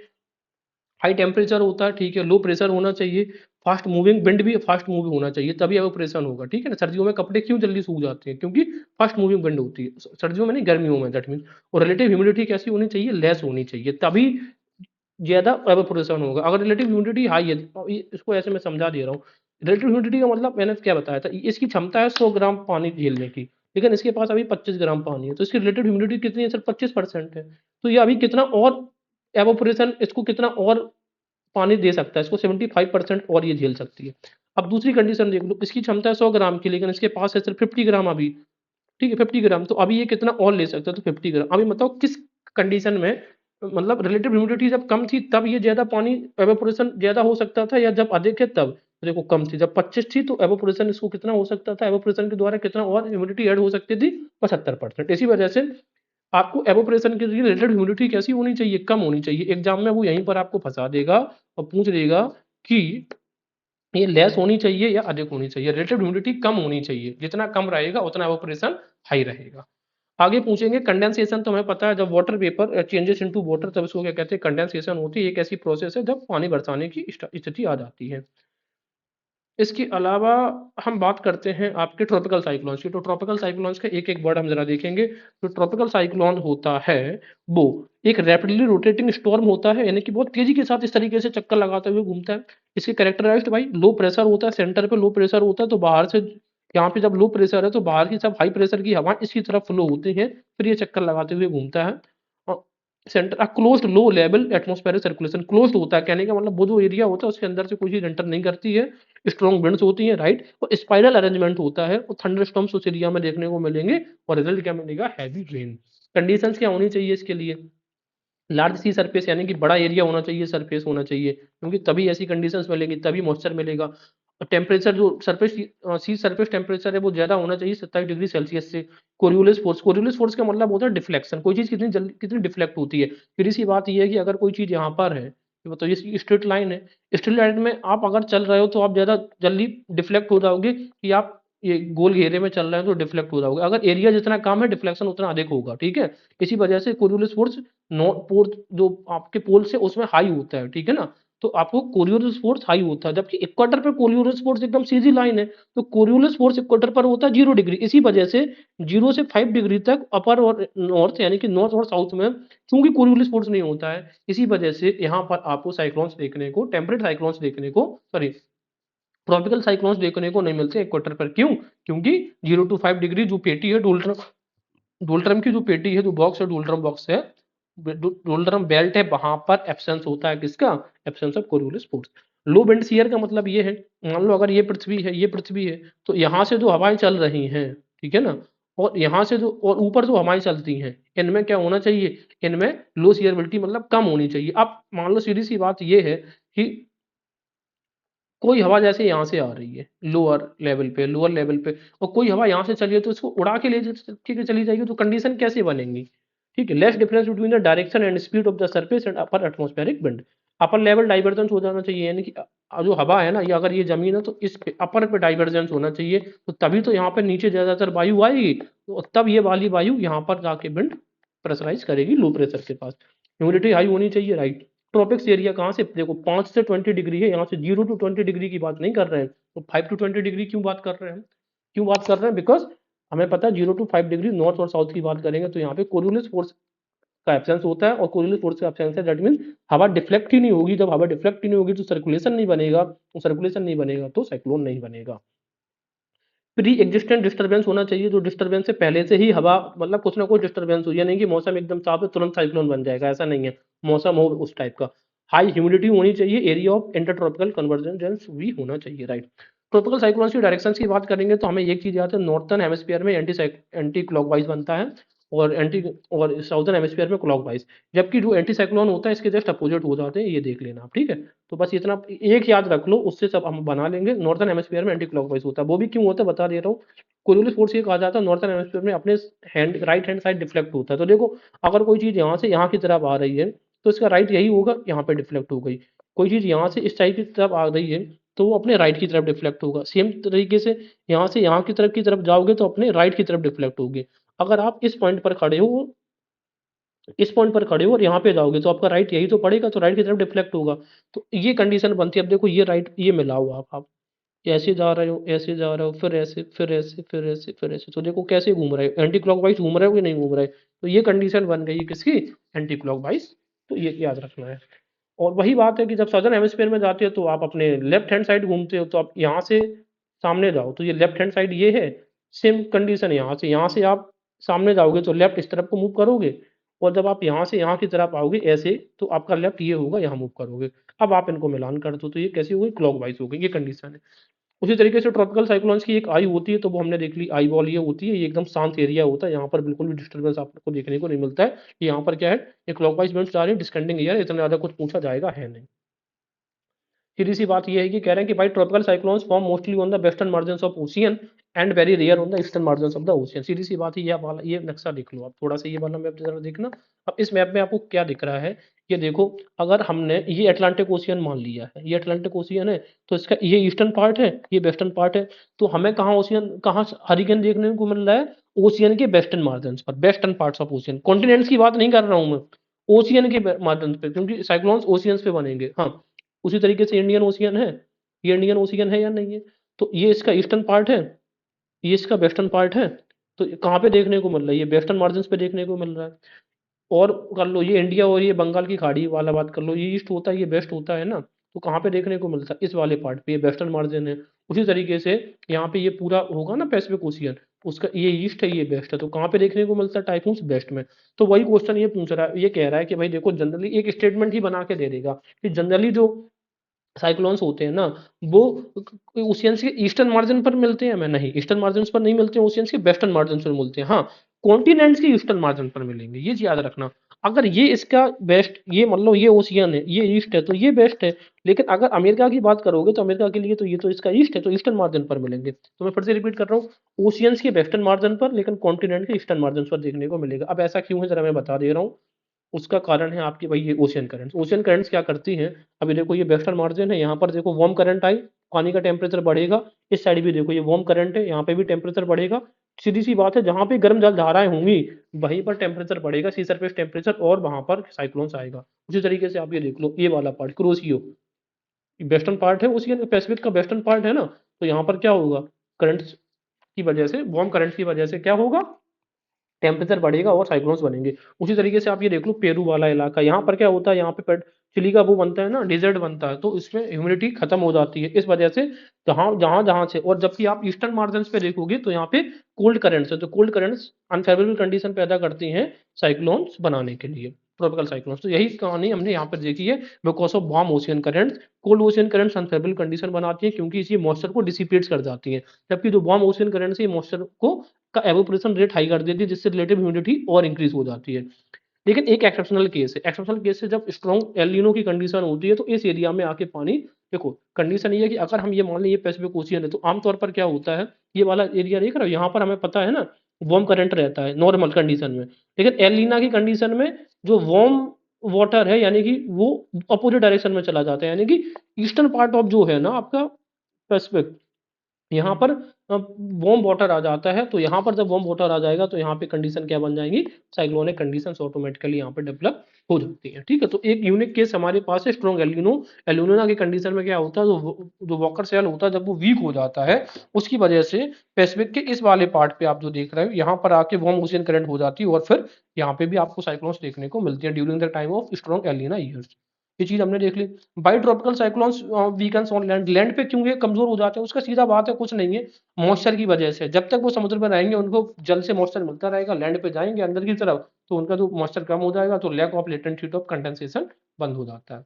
इसके अलावा why cyclones occur mostly late summers. अच्छा, लेट समर्स में यानी कि अक्टूबर के महीने में जनरली हम देखते हैं, ये जून में क्यों नहीं देखने को मिलते हैं हमें साइक्लोन्स, तो उसका कारण ये high specific heat of water, यानी कि जब पूरे साल भर इस समुद्र में सूर्य की किरणें पड़ती रहती है तो ये जो पानी है इसकी जो स्पेसिफिक हीट है ये झेलता रहता है, झेलता रहता है, झेलता रहता है, गर्म होता रहता है, लेकिन फाइनली अक्टूबर तक ये आके हाई पॉइंट पे पहुंच जाता है, इसी वजह से ऐसा होता है। दूसरी बात ये भी है कि लेट समर्स में इस वजह से होता है क्योंकि हाई टेम्परेचर ग्रेडियंट भी लेट समर्स में हमें देखने को मिलता है। इसके अलावा the ocean waters in the northern hemisphere attain maximum temperature अगस्त के महीने में। ओशियन वाटर का टेम्परेचर हमें अगस्त के महीने में सबसे ज्यादा देखने को मिलता है। आगे बात करते हैं वाइल लिमिटेड टू ट्रॉपिक्स, ये सब ट्रॉपिक्स तक ही सीमित क्यों है, सीधी सी बात ये है कि जो ट्रॉपिक्स रीजन है बिग वर्टिकल विंड शियर हमें देखने को मिलता है, टेम्परेट रीजन विंड शियर इस साइड। देखो जो टेम्परेट रीजन होता है यानी कि ये वाला जो रीजन होगा, ये वाला और ये वाला, यहाँ पे ये वेस्टर्न लाइट्स की उसमें आता है प्रभाव में। और वेस्टर्न लाइट्स में हमें ये पता है जियोट्रॉपिक विंड्स आती हैं, और वेस्टर्न लाइट्स में की जो हवाएं होती है बहुत तेज होती हैं, तो शियरेबिलिटी बहुत, तो ये सीधी सी बात है जो कंडीशंस होती है ना साइक्लोन्स के लिए यहाँ पे बन ही नहीं पाती है because of western lights wind. ठीक है, तो वेस्टर्न लाइट्स बड़ी कारण है जो कि 35 डिग्री सेल्सियस के 35 डिग्री नॉर्थ और साउथ लैटिट्यूड के बाद यहाँ पर साइक्लोन्स नहीं बन पाता है, तो ये चीज भी हमें आप याद रखनी पड़ेगी। दूसरा कारण ये है तो सी सरफेस टेम्परेचर है, ये बताओ जहां पर गर्मी ज्यादा होगी वहीं पर तो सी सरफेस टेम्परेचर होगा, तो ये जो वाला जो एरिया है इस वाले एरिया तक तो गर्मी हमें खूब अच्छी खासी दिखती है, तो यहीं पर सी सरफेस टेम्परेचर बढ़ जाएगा तो यहाँ पर ट्रॉपिकल साइक्लोन्स होगा और यहाँ पर आपको वो कंडीशंस देखने को नहीं मिलती है। सीधी सी बात है, जब ये पूछेगा बाई लिमिटेड टू ट्रॉपिक्स तो सीधी सी बात कह दो, देखो आंसर में ये लिख दो आपकी जो फेवरेबल कंडीशन है वो हमें सिर्फ ट्रॉपिक्स में मिलती है। फेवरेबल कंडीशन कौन कौन सी है वो बता दो, एक जेट स्ट्रीम वाला पॉइंट डाल दो, Coriolis force 5 to 30 degree north और साउथ उपस्थित होता है, ये भी आप बता देना क्योंकि डिफ्लेक्शन जहाँ पर ज्यादा होगा। फ्री डिस्टर्बेंस अवेलेबल होता है यहाँ पर क्योंकि टेम्परेचर ग्रेडियंट पहले से हमें मिलता है गर्म इलाकों में। By ferry true tropical cyclones during south west monsoon season. अब ये कह रहे हैं देखो इंडिया का अगर ये मैप देखोगे साउथ वेस्ट मानसून के सीजन में ये हमें देखने को मिलता है कि बहुत कम साइक्लोन्स हमें देखने को मिलते हैं मई जून में जब हमारा ऑनसेट होता है किसका, समर मानसून का होता है, तो उसके लिए कह रहे हैं कि साउथ वेस्ट मानसून में ना देखो भैया, ये बताओ विंड कहाँ से आ रही है, ये ईस्ट है ये वेस्ट है, वेस्ट से आ रही है तो वेस्ट में वेस्टर्ली विंड्स होती हैं, इनमें के अंदर होता है जेट स्ट्रीम्स। वेस्टर्ली विंड्स में क्या होता है, जेट स्ट्रीम्स होती हैं, और जेट स्ट्रीम क्या होती हैं, related to large vertical winds year, ये इनकी स्ट्रेंथ बहुत अधिक होती है, इस वजह से ये अनफिट कंडीशंस पैदा कर देती हैं ट्रॉपिकल साइक्लोन्स के लिए। सीधी सी बात है कि जो विंड ईयर की वजह से जो जेट स्ट्रीम कंडीशन अपर लैटिट्यूड्स पे करती हैं जिसकी वजह से cyclones temperate sorry tropical cyclones नहीं बन पाता है, वो सिमिलर कंडीशंस वो आपको साउथ मानसून के टाइम पे वेस्टर्लीज की वजह से देखने को मिलता है। दैट्स वाई यहाँ पे ट्रॉपिकल साइक्लोन्स नहीं बनते हैं, कब, साउथ वेस्ट मानसून के दौरान। दूसरी बात है लेसर टाइम फॉर डेवलपमेंट, उस समय उनको कम समय भी मिलता है डेवलपमेंट के लिए, जैसे क्योंकि एस मेक वेरी क्योंकि जो मानसून है बहुत धीरे धीरे हवाएं नहीं चलती, बहुत तेज हवाएं चलती है, विद इन 1 आवर 2 आवर और 8 8 घंटे के अंतराल में ये क्या कर जाती है, क्रॉस कर जाती है बे ऑफ बंगाल को, क्विक लैंडफॉल होता है इनका, दैट्स वाई। इसके अलावा भाई Arabian sea witness fewer cyclones comparable to bay of Bengal. अब सीधी सी बात ये है कि अगर आप ये अरेबियन और ये तो एक रफ मैप बना लो, ये यहाँ पर पहली बात है बहुत सारी आके नदियां गिर रही हैं इस तरीके से, है ना। तो अब जरा कंडीशन एक एक बार देख लेते हैं कि क्यों ऐसा हो रहा है, कि अरेबियन सी में कह रहे हैं कम साइक्लोन्स होते हैं और ये कम यहाँ पर वेस्ट बंगाल में ज्यादा होते हैं। पहली चीज तो मैंने आपको क्या बताया कि एक तो वेस्टर्न मार्जिन जो होता है ओशियंस का हमेशा वो प्रभावित होता है साइक्लोन से, तो अगर आप ये मान लो अंडमान सी का ये ईस्टर्न पार्ट है तो ये वेस्टर्न है तो ये ज्यादा प्रभावित रहेगा, और ये ईस्टर्न मार्जिन में है ये वेस्टर्न, तो ये वाला एरिया प्रभावित होना चाहिए अफ्रीका वाला, एक तो ये कारण मान लो। दूसरा जरा देखते हैं, बे ऑफ बंगाल के पास हाई सरफेस टेम्परेचर है अरेबियन सी से, हाई सरफेस टेम्परेचर इसके पास है इसके पास नहीं है। More low level disturbance in bay of Bengal, bay of Bengal में लो लेवल डिस्टर्बेंस है यानी कि प्रेशर ग्रेडियंट यहाँ पर ज्यादा है, टेम्परेचर ग्रेडियंट है। अरेबियन सी लेस, अरेबियन सी में क्या होता है कि पानी कम आता है, देखो ये समझो पहले, अरेबियन सी में बहुत कम रिवर गिरती है, जैसे नर्मदा वगैरह गिर जाती है। तो यहाँ पे फ्रेश वाटर कम आता है, जब फ्रेश वाटर कम आता है तो यहाँ पर क्या होता है, इसका एवोपरेशन रेट ऑलरेडी इतना हो चुका है कि यहाँ पे सैलिनिटी हाई हो चुकी है। और जब सैलिनिटी हाई हो ही जाएगी, पानी रह नहीं गया, रह गया ओनली नमक, अब नमक ही नमक रह गया तो इसका एवोपरेशन कैसे होगा, एवोपरेशन रेट इसमें स्लो है। यहाँ पे एवोपरेशन जो रेट है वो हाई है, क्यों, कि वहाँ पे नई नई फ्रेश वाटर आता है, तो फ्रेश वाटर आएगा तो एवोपरेशन रेट यहाँ पर हाई होता रहता है, ठीक है। दूसरी बात देखते हैं, higher stratification of fresh water and saline water in bay of Bengal. Bay of Bengal में क्या है, स्ट्रेटिफिकेशन है। तो नया ना जो सलीन वाटर है वो नीचे डला है, जो फ्रेश वाटर है वो ऊपर है। तो जब फ्रेश वाटर ऊपर है, अपर लेवल पर है, तो सीधी सी बात है एवापोरेशन रेट फ्रेश वाटर की हाई होती है। तो ये सुटेबल कंडीशंस बनाते हैं साइक्लोन्स के लिए। अगला कारण हमें देखना है, typhoons originating in Pacific ocean to influences bay of Bengal. अब जो टाइफून्स जो ओरिजिनेट होते हैं जिसमें पैसिफिक ओशियंस में, और टाइफून्स कहाँ, ये वाला है ना, ये भी इस तरफ कभी कभार मूव करके आ जाते हैं और इस एरिया को इम्पैक्ट कर जाते हैं, यही उन्होंने कहा है। अगली बात हमारे सामने क्या है, ड्यूरिंग पॉजिटिव, हाँ, जब पॉजिटिव फेस होता है इंडियन ओशियन का, इंडियन ओशियन का पॉजिटिव फेस जनरली क्या होता है, अभी तक हमने क्या देखा है, जो वेस्टर्न मार्जिन होते हैं वहां पर गर्म रहता है। तो मान लेते हैं कि इंडिया के इस इलाके में, ये मान ले, एक मिनट रुको ना, ये अफ्रीका का है एरिया, ठीक है, ये अफ्रीका में यहाँ पर हम जो देखते हैं, अगुलास जो जलधारा, यहाँ पर जनरली वार्म करंट होती है, तो इसको हम पॉजिटिव फेस मानते हैं, ये पॉजिटिव नॉर्मल कंडीशन है। तब ये जब यहाँ पर वार्म एरिया होगा, यानी कि इस एरिया पे, यानी कि वेस्टर्न इंडियन ओशियन पे जनरली हमें क्या देखने को मिलता है, जो नॉर्मल कंडीशन है वो पॉजिटिव है, ठीक है। सकारात्मक है तो हमेशा रहता है, नॉर्मल कंडीशन रहती है। यहाँ पर वार्म वाटर है, दैट मीन्स यहाँ पर लो प्रेशर क्रिएट होगा, जब लो प्रेशर क्रिएट होगा, इस एरिया का भी पानी थोड़ा थोड़ा गर्म तो रहता ही है। तो हाई प्रेशर से यहाँ पे लो प्रेशर क्रिएट होगा, तो पवन यहाँ पर हाई प्रेशर होगा, तो ये प्रेशर ग्रेडियंट हमें देखने को मिला। तो हवन पवन जो है, यानी कि वाइंड्स जो है, वो low pressure to high pressure, sorry, high pressure से लो प्रेशर की तरफ जाएगी। तो सीधी सी बात है, जब लो प्रेशर की तरफ जाएगी, तो यहाँ पर जब ज्यादातर हवाएं ऊपर उठेंगी, तो यहाँ पर क्या, जब हवा ऊपर जाएगी तो ठंडी होगी, ठंडी होगी तो चक्रवात होते हैं, अच्छी खासी वर्षा भी होती है। तो हम ये कह सकते हैं, जो पॉजिटिव फेस ऑफ आईओडी होता है नॉर्मल, यानी कि हर साल ही यहाँ पर बे ऑफ बंगाल में आपको क्या देखने को मिलेगा, स्टॉर्म्स देखने को मिलेगा। अकॉर्डिंग टू आईएमडी, आईएमडी जो है इंडियन मेट्रोलॉजिकल डिपार्टमेंट जो है, साइक्लोन्स ओरिजिनेटिंग और जो अरेबियन सी है, उनकी दिशा देखो इस तरफ हो जाती है, इस वजह से होती है। तो यहाँ पे भी अरेबियन सी में भी लाइक साइक्लोन्स आते हैं, क्योंकि वो डाइवर्स हो जाते हैं इस तरफ को, इस वजह से ज्यादा इम्पैक्ट इसमें यहाँ पे देखने को हमें नहीं मिलता है, क्योंकि वो अपनी डायरेक्शन को क्या कर लेते हैं, अपनी डायरेक्शन को वो चेंज कर लेते हैं। ये बड़ी इम्पैक्टफुल बात है। पॉजिटिव और साइक्लोन्स की जो पॉजिटिव चीजें हैं वो क्या है, रेन शेडो जोन है जो वेस्टर्न घाट्स के और जो सेमी एरिड एरिया रीजन है, जैसे कि रायलसीमा तेलंगाना, और याद रखना रायलसीमा कहाँ पे, तेलंगाना, विदर्भ, हैदराबाद, यहाँ पर बारिश करवा के चले जाते हैं। तो रेड टाइड्स जमा हो जाती है, उनको तोड़ देते हैं। रिप्लेस बैरियर आइलैंड्स जो होते हैं, दैट मीन जो बालू जमा देते हैं आइलैंड्स के दूर दूर से समुद्र में, उसको भी खत्म कर देते हैं, और सीड डिस्पर्सल बहुत दूर जगह पर हो जाता है। तो नई नई varieties of seeds land areas में उगने को हमें देखते हैं। स्टॉर्म सर्ज की बात करेंगे तो ये क्या होता है, it's an abnormal rise of sea level as the cyclone makes landfall. देखो जब साइक्लोन का लैंडफॉल होता है, तो सी लेवल अचानक से बहुत हैवी हो जाता है, बढ़ जाता है, उसी को बोलते हैं storm surge. rise of the sea level occurs due to the convergence of winds at greater speeds that drag water and cause accumulation of water column just below the center of the cyclone। कौन कौन से आए थे, जैसे भोला cyclone 1970 में impact किया था waste Bengal Orissa को, उड़ीसा साइक्लोन 1999 में, पारादीप सुपर साइक्लोन आया था, और नरगिस साइक्लोन 8 में, नरगिस का 8 में, ये पूछे जा चुके हैं एग्जाम्स में। तो ये चीजें ठीक है, हमने ये देख ली है। बात करते हैं हम अपना अलग, अगला जो टॉपिक है हमारा, जेट स्ट्रीम्स के बारे में। ठीक है, तो जेट स्ट्रीम्स के बारे में जब हम बात कर रहे हैं, तो जेट स्ट्रीम्स को जरा देखते हैं। Jet streams are circumpolar narrow meandering upper tropospheric high velocity geostrophic streams, एक एक करके देखो। सर्कमपोलर का मतलब है जो पोल रीजन है उसका चक्कर लगाती है। नैरो का मतलब होता है एकदम नैरो बर्ड्स की होती है, बहुत ज्यादा चौड़ाई नहीं होती। मियांड्रिंग का मतलब होता है इस तरीके की पैटर्न, बेबी पैटर्न इनका रहता है। मियांड्रिंग मतलब सर्पलाकार से घूमती हुई। अपर ट्रोपोस्फेरिक है, यानी कि जो हमारे जो ट्रोपोस्फियर का जो अपर रीजन है, यानी कि लगभग 15-16 किलोमीटर के ऊपर चलती है ये, हाई वेलोसिटी होती है। जियोस्ट्रॉपिक स्ट्रीम्स के बारे में मैं बताऊंगा क्या होता है, जो मूव करती है वेस्ट टू ईस्ट, सीधी सी बात है, वेस्टर्न लाइज का पार्ट होती है क्या, जेट स्ट्रीम। कितनी चौड़ी होती है, सिर्फ 100 किलोमीटर तक चौड़ी होती है। वेलोसिटी कितनी होती है, 609 मील्स, यानी कि up to 100 miles per hour, 6 से लेके 100 घंटे, एक 100 मील प्रति घंटे की स्पीड होती है, मतलब बहुत हाईली स्पीड होती है। इसी वजह से ये ट्रॉपिकल साइक्लोन्स नहीं बना पाती हैं। और हाइट इनकी कितनी होती है, मैंने क्या बोला, अब दो तरीके की स्ट्रीम्स होती हैं। ये आपको दिख रहा है पोलर जेट स्ट्रीम, और ये आपको दिख रही है सब ट्रॉपिकल पोलर जेट स्ट्रीम्स, तो पोलर मतलब पोल रीजन्स पे, तो इसकी हाइट कम होगी। क्यों हाइट कम होगी? क्योंकि यहाँ पर वैसे भी हमें क्या पता है, जो ट्रोपोस्फियर होती है उसकी हाइट क्या होती है, पोलर्स पे 8 किलोमीटर होती है, जबकि इस रीजन पे कितनी होती है, इक्वेटर पर 18 किलोमीटर होती है। क्योंकि यहाँ पर टेम्परेचर हाई होता है तो हवा ऊपर तक ज्यादा राइज कर जाती है। तो सीधी सी बात है कि ट्रॉपिकल की जो जेट स्ट्रीम होती है इसकी हाइट कम होती है, लेकिन सब ट्रॉपिकल की जो जेट स्ट्रीम होती है उसकी हाइट अधिक होती है।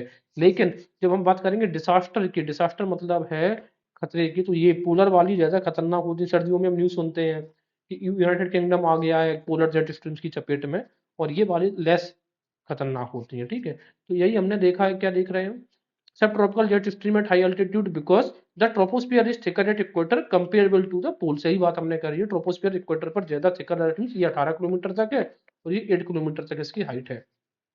इंटेंसिटी मैंने क्या बोला है, पोलर जेट मोर इंटेंस होती हैं बिकॉज ऑफ कोरियोलिस इफेक्ट। क्यों? क्योंकि पृथ्वी अगर गोल है तो कोरियोलिस इफेक्ट इस एरिया में सबसे ज्यादा होता है। कोरियोलिस फोर्स का मतलब है डिफ्लेक्शन, तो डिफ्लेक्शन तो यहाँ पे सबसे ज्यादा होगा, इक्वेटर पर डिफ्लेक्शन कम होगा। जितना डिफ्लेक्शन हो अधिक होगा उतनी स्पीड ऑफ विंड्स हाई हो जाती है। ठीक है, और सब ट्रॉपिकल जो जेट होती है वो लेस इंटेंस होती है, थोड़ी कम घातक होती है। फैक्टर्स की बात करेंगे तो प्रेशर ग्रेडियंट होना चाहिए, टेम्परेचर डिफरेंस होना चाहिए, तभी ये बनेगी।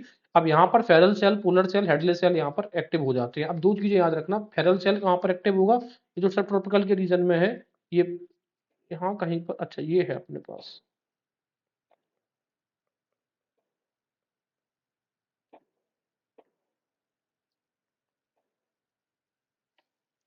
ये देख लो, ये वाला देखो, ये 0 डिग्री है, 30 डिग्री, 60 डिग्री है, ये है आपके पास 90 डिग्री है। ठीक है ना?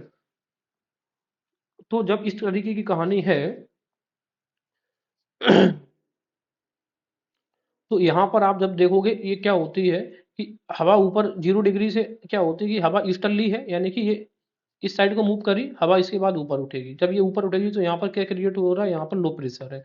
हवा जब जाएगी तो एक इसका विंग है इस साइड को जाएगी अपोजिट, और एक जाएगी इस तरफ को।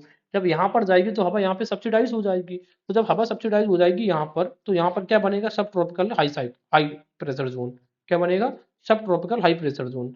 अब उसी तरीके से आप देखो, ये सब पोलर लो है, जैसे लो हाई लो हाई, ये हमें पता है। सब पोलर लो है, यहाँ से भी हवा ऊपर उठेगी तो यहाँ पे सब्सिडाइज करेगी, तो और हवा आएगी तो यहाँ पर क्या बनेगा, हाई प्रेशर जोन। इसी तरीके से हवा यहाँ से ऊपर तो उठ ही रही है, तो यहाँ पे चली जाएगी पोलर के पास में, यहाँ पे भी डाउन होगी, तो यहाँ पे क्या बन रहा है, हाई पोलर जोन। ठीक है, तो अब इस तरीके से ये जो हवा बन रही है, अब जरा ये समझते हैं। हवा यहाँ पे लो प्रेशर था, हवा ऊपर उठी, मूव किया हाई प्रेशर की तरफ, यहाँ सब्सिडाइज होके हाई प्रेशर यहाँ पर आ गए 30 डिग्री पर। अब ये बताओ, अब इन दो चीजों को कंपेयर करो, यहाँ पर आप ये समझ लो ये लो प्रेशर है। Wait, हाँ अब जरा कंपेयर करना, ये हाई प्रेशर है, ये लो प्रेशर है। हवा कहाँ से कहाँ की तरफ जाएगी, high to low, high to low गई, लो से हवा ऊपर उठेगी, फिर इस साइड आएगी, फिर यहाँ पे सब्सिडाइज होगी। देखो एक सेल बन गया है। सेम कंडीशन यहाँ पर होगी, यहाँ पर चूंकि हाई है तो यहाँ पर लो है, तो हवा ऊपर उठेगी, इस साइड जाएगी, फिर नीचे आएगी। जब हाई है तो हाई से लो की तरफ फिर जाएगी। तो दूसरा आप देखोगे ये इस साइड को बन गया है। तो ये हेडले सेल बनता है, इसको फेरल सेल बोलते हैं, इसको पोलर सेल बोलते हैं। याद रखने का तरीका कैसे है, हेडले कहाँ पे, इक्वेटर पर। ठीक है ना, हेडले, हेडले कहाँ पर, इक्वेटर पर। ठीक है, बीच में जैसे एच का ये एच आता है बीच में, तो ये इक्वेटर वाले रीजन पे बनेगा, यानी कि 0 से 30 डिग्री। फिर 30 से 60 क्या बनेगा, फेरल, और 60 से ये क्या बनेगा, पोलर। तो हम ये कहते हैं जो फेरल सेल है ना, ये डायनेमिक, देखो जो हेडले सेल होता है या जो पोलर सेल होता है, ये थर्मल इन ओरिजिन है। थर्मल का मतलब होता है यहाँ पर चीजें ज्यादा गर्म है और यहाँ पर ज्यादा ठंडी है, इसी वजह से इसको थर्मल इन ओरिजिन बोलते हैं, यानी कि टेम्परेचर डिफरेंसेस की वजह से। जबकि ये वाला जो है ना फेरल, फेरल मतलब कैसा, ये फिरता रहता है, फिरता मतलब घूमता फिरता रहता होगा, ये डायनेमिक है। जो व्यक्ति घूमता फिरता होगा उसको डायनेमिक भी तो बोलते हैं, तो चेंज होता रहता है। समझ में आ गया? तो ये चीज हमेशा याद रखना, जो फेरल सेल है डायनेमिक इन ओरिजिन है, हेडलेस सेल है ये थर्मल इन ओरिजिन है। ये इस तरीके की ये पोलर जेट हमें ये देखने को मिलती है, ये सब ट्रोपोकल जेट है और ये है पोलर। तो ये बताओ मियंडरिंग कौन ज्यादा करती है, पोलर जेट, तो जो ज्यादा मियंडरिंग करेगी वो ज्यादा खतरनाक भी होती है। पोलर जेट की ऊंचाई भले कम होती है, ठीक है, क्योंकि वहां पे ये है मियंडरिंग और रोसबी वेव्स यहाँ पर देखने को मिलता है। तो कोरियोलिस फोर्स की वजह से यहाँ पे जब देखोगे डिफ्लेक्शन ज्यादा होगा, मैंने अभी बताया था, इस वजह से हेल्पफुल इन बेबी पैटर्न। सीधी सी बात है, जो जेट स्ट्रीम्स होती हैं मेंडरिंग करना स्टार्ट कर देती हैं टेम्परेचर डिफरेंसेस की वजह से between the air masses of the polar and सब पोलर। देखो इस एरिया का टेम्परेचर डिफरेंस, यहाँ पे कोल्ड एयर मास है, यहाँ पे वार्म एयर मास है। जैसे टेम्परेचर में डिफरेंसेस होता है तो फिर ये क्या करेंगे, और बेबी पैटर्न अपना अपना लेती हैं। जरा एक चीज देख लेते हैं, इनका ट्राउफ और रुज क्या होता है। ट्रफ का मतलब है जो लो लेवल है, जिसको हम ट्रफ बोलते हैं, यहाँ पे लो प्रेशर क्रिएट होगा। जो ऊपर है, जो रिज रिज मतलब ऊपर उठा हुआ एरिया, यहाँ पर हाई प्रेशर होगा। तो जहाँ पर लो लेवल क्रिएट होगा वहाँ पे वेट एंड कोल्ड कंडीशन होगी, और जहाँ पे हाई लेवल क्रिएट होगा वहाँ पे वार्म एंड ड्राई कंडीशन होंगी।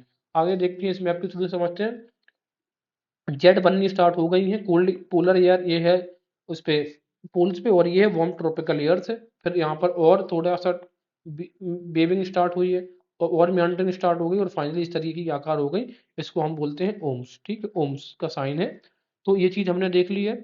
मेंटरिंग क्यों होती है? क्योंकि बैक जी, अच्छा सबसे बड़ी बात है मेंटरिंग होगी क्यों? क्योंकि जेट स्ट्रीम वीक होने लग जाती है। देखो, अगर जेट स्ट्रीम स्ट्रॉन्ग रहे तो ये डायरेक्ट ऐसे निकल जाए सनसनाती हुई, लेकिन जैसे ये वीक होती है तो कोल्ड एयर मास और वार्म एयर मास आपस में इसको अपनी अपनी तरफ, कोल्ड वार्म एयर मास इसको उस तरफ ढकेलेगी, और कोल्ड एयर मास इसको इस तरफ की तरफ पुश करने लग जाती है। इसी वजह से तो जो मेंडरिंग है उसका बड़ा कारण है वीक जेट स्ट्रीम। अगर वीक जेट स्ट्रीम नहीं हो तो फिर ये कभी हो ही ना। तो क्या है, cold polar air leaks into the, कहां पे, तो कोल्ड फाइनली देखो कौन जीती है, कोल्ड पोलर एयर बॉम्ब के एरिया में आके एंटर कर गई है, और यहाँ पे बहुत एक्सटेंसिवली बहुत प्रॉब्लम क्रिएट ये करती है। क्लाइमेट चेंज का इम्पैक्ट क्या होगा? अब देखो क्लाइमेट चेंज का इम्पैक्ट क्या पड़ रहा है किसके ऊपर? ये आपका कैसे था, रोज बेबी पैटर्न जो हो रहे हैं, या फिर जो मियंडरिंग हो रही है, या फिर जो फ्रॉस्ट पड़ता है उसके ऊपर। देखो, प्लानट हो रहा है वार्म, जब प्लानट वार्म हो रहा है तो आर्टिक भी गर्म हो रहा है। तो सीधी सी बात है, जब आर्टिक गर्म हो रहा है तो इसका भी टेम्परेचर डाउन हो रहा है, और इसका टेम्परेचर मान लो 35 डिग्री है, और इसका भी लगभग अब 45 आ गया है। तो ये बताओ, रोज बाई वेव्स, सॉरी जो जेट स्ट्रीम्स है वो कैसी, वो वीक पड़ने लग गई। जब वो वीक पड़ेगी तो ज्यादातर मियंडरिंग हमें देखने को मिलेगी। जेट बाई स्ट्रीम कब होगी? जब इन दोनों के बीच में डिफरेंस ऑफ टेम्परेचर हाई होगा। जितना हाई डिफरेंस टेम्परेचर होगा उतनी हाई क्या होगी, रोज भी, सॉरी ये उतनी ज्यादा होंगी आपकी जियोस्ट्रॉपिक विंड्स होंगी। तो ये चीज याद रखना है, ठीक है। तो मोर इंसिडेंस ऑफ पोलर वर्टिस, क्योंकि क्लाइमेट चेंज का इम्पैक्ट हमें देखने को मिल रहा है। आर्टिक आर्टिक गर्म हो रहा तो टेम्परेचर जो मार्जिन से पोलर में और सब ट्रॉपिकल रीजन में वो कम हो रहा, तो इस वजह से जो contrast between northern and southern winds also decrease, इस वजह से जेट स्ट्रीम्स वीक पड़ रही है, और इंसिडेंस ऑफ पोलर वोर्टेक्स बढ़ रहे हैं। जेट स्ट्रीम्स का जो प्रभाव देखने को मिलेगा वो पोलर जेट का आप देखोगे जनरली कंडीशन ये होती है, जब पोलर जेट आती है तो ये कंडीशन बन जाती है कहाँ पे, यूएस के रीजन में। तो ऊठा पे आप रिज देखोगे, ऊठा मतलब उठा हुआ क्या होती है, रिज। और ट्राउ ट्राउ टेनिस के इलाके में ट्राउस, तो जहां पर रिज होती है वहां पे वार्म और ड्राई कंडीशन होती है, और टेनिस के इलाकों में वेट और एक्स्ट्रा कोल्ड कंडीशन देखने को मिलेगी। ये कहानी ट्रॉपिकल जेट स्ट्रीम की वजह से होती है, ठीक है। ये अभी देखेंगे सब ट्रॉपिकल जो जेट स्ट्रीम एक होती है, तो ये अलास्का रीजन पे जब शिफ्ट हो जाती है एलिनो के टाइम पे, मैंने क्या बताया था, एलिनो के टाइम पर यहाँ पर क्या होता है, यहाँ पर पानी वार्म वाटर आ जाता है, तो वार्म वाटर जहाँ पर आएगा तो हवा ऊपर की तरफ उठेगी, तो यहाँ पर हाइट हो जाती है अलास्का में। तो ये नीचे की तरफ, जहाँ पर जो ट्रफ के ऊपर हो गई तो इसके नीचे कोल्डर और वेटर कंडीशंस क्रिएट हो जाती है, ऊटा में ड्रायर कंडीशंस, और अपर मिसिसिपी ओहियो में ये इस प्रकार की। तो warmer waiter volt dryer conditions, ये लालिना की कंडीशंस में नॉर्मल ऐसा होता है, यही चीजें चलती हैं। इसके बाद हम टेम्पलेट साइक्लोन्स को एक तरफ एक बार देख लेते हैं जरा इनका। क्या करते हैं, इनका हम करते हैं कंपैरिजन। देखो, जो ओरिजिन कहाँ पे होता है थर्मल का, ट्रॉपिकल साइक्लोन्स का थर्मल ओरिजिन होता है, यानी कि 5 से 30-35 डिग्री तक, और ये होता है डायनेमिक, इनका थर्मल यानी कि हीट की वजह से, और ये होता है डायनेमिक ओरिजिन होता है। डायनेमिक हमने बताया बताया था, कोरियोलिस फोर्स काम करता है, मूवमेंट ऑफ एयर होता है, और वैसे भी मैंने क्या बताया, जो पोलर सेल होता है वो कैसा होता है, डायनेमिक होता है, ये भी याद रखिएगा। नहीं, पोलर सेल डायनेमिक नहीं होता, हाँ। कन्फाइंड टू 10 से 30 डिग्री, ये 36 से 35 डिग्री। ये सबसे बड़ी बात है। More pronounced in northern hemisphere due to greater temperature, ज्यादातर इनका प्रभाव हमें नॉर्दर्न हेमिस्फीयर में देखने को मिलेगा, क्योंकि इनका टेम्परेचर डिफरेंस की वजह से है ना, क्योंकि यहाँ पर जमीन भी है और वाटर भी है, इस वजह से। फ्रंटल सिस्टम यहाँ पर एब्सेंट होता है, यहाँ पर फ्रंटल सिस्टम रहता है, ऑक्लूडेड फ्रंट की जगह पर बनता है टेम्परेट साइक्लोन। फॉर्मेशन होता है जब आपके पास जो ओशियन का टेम्परेचर है वो 26 से 27 डिग्री से तक सेल्सियस हो जाए, और ये दोनों जगह पर बन सकता है, लैंड पे भी और सीज पे भी, ये जबकि सीज पे बनता है। जैसे ही जमीन पर पहुंचते हैं ये डिसिपेट हो जाते हैं, यानी कि गायब हो जाते हैं, खत्म हो जाते हैं, जबकि इनके साथ ऐसा कुछ नहीं है। ये सीजनल होते हैं, यानी कि लेट समर्स अगस्त और नवंबर के महीने में बनते हैं, जबकि ये रेगुलर होते हैं, मोर जनरली अक्सर करके विंटर्स में बनते हैं। इनका एरिया स्मॉल होता है, इनका एरिया बहुत लार्ज होता है, ठीक है। मतलब कई देश तक ये चले जाते हैं, और हमारे यहाँ पे कोई कुछ किलोमीटर तक रह जाते हैं। ये अक्सर करके 100 से 500 किलोमीटर डायमीटर होता है, इनका 300 से 200 किलोमीटर डायमीटर होता है। स्ट्रेंथ दोनों की वेरीज करती है। इनका जो शेप होता है वो ऐसा होता है एलिप्टिकल, और इनका शेप कैसा होता है, वी होता है, वी शेप, क्योंकि ये इस तरीके के वेवी पैटर्न फॉलो करते हैं। रेनफॉल यहाँ पर हैवी होती है, लेकिन बहुत दिनों ज़्यादा घंटों तक नहीं होती है, 24 घंटे तक, 48 घंटे में ख़त्म हो जाती है। कुछ दिनों तक टिकते हैं, जबकि ये बहुत बड़े एरिया में भी होते हैं और लंबे समय तक टिकते हैं यहाँ पर। विंड वेलोसिटी यहाँ पर हाई होती है 100 से 250 किलोमीटर, जबकि यहाँ पे विंड वेलोसिटी कम होती है। डिस्ट्रक्शन की बात करें तो यहाँ पे डिस्ट्रक्शन कम होता है, तूफान की वजह से डिस्ट्रक्शन कम होता है, लेकिन यहाँ पर डिस्ट्रक्शन कम होता है लेकिन फ्लडिंग ज़्यादा होती है इस एरिया में जहाँ पे टेम्परेट साइक्लोन होता है। आइसोबार होता है complete circles and the pressure gradient, यहाँ पर कैसा होता है, स्टीप होता है। Isobars are usually V shaped and the pressure gradient is low. Path जो होता है वो ईस्ट से वेस्ट होता है, जबकि यहाँ पर वेस्ट टू ईस्ट होता है, क्योंकि वेस्टर्न लाइज में होती है और ये ईस्टर्न विंड्स में होती है, ठीक है ना। इस इनका जो डायरेक्शन है, क्योंकि यहाँ पर जो वेस्टर्न लाइज में ही तो होती है ना जेट स्ट्रीम्स, इस वजह से। और ये पार्ट होती है मानसून सर्कुलेशन का। इसके अलावा टेम्परेचर डिस्ट्रीब्यूशन की बात करेंगे तो the temperature at the centre is almost equally distributed. All the sectors of the cyclone have different temperature, यहाँ पे अलग अलग डिफरेंट टेम्परेचर होते हैं और यहाँ पर ऑलमोस्ट सेम होता है। काम रीजन, जो यहाँ पर जो आई होती है ना इसकी, यहाँ पर वो इसको काई, जो ट्रॉपिकल साइक्लोन की आई होती है आंख, वहां पे एकदम शांत वातावरण रहता है, और टेम्परेट साइक्लोन में there is not a single place where winds and rains are inactive, हर जगह पर होगी, जबकि यहाँ पे आई में एकदम शांत रीजन रहता है। ड्राइविंग फोर्स यहाँ लेटेंट हीट ऑफ कंडेंसेशन है, इसकी वजह से उपजती है, जबकि यहाँ पे density differences of air mass, क्योंकि ठंडी और गर्म एयर मासेस हो जाती हैं। इन्फ्लुएंस ऑफ जेट स्ट्रीम्स क्या होता है, इन्फ्लुएंस जेट स्ट्रीम्स का ये होता है रिलेशनशिप बिटवीन ट्रॉपिकल साइक्लोन्स और जेट स्ट्रीम अभी तक नहीं लगाया गया है, और यहाँ पर जेट स्ट्रीम्स इसके लिए पूरी तरीके से जिम्मेदार है और रोसबी वेव्स का पैटर्न फॉलो करती है।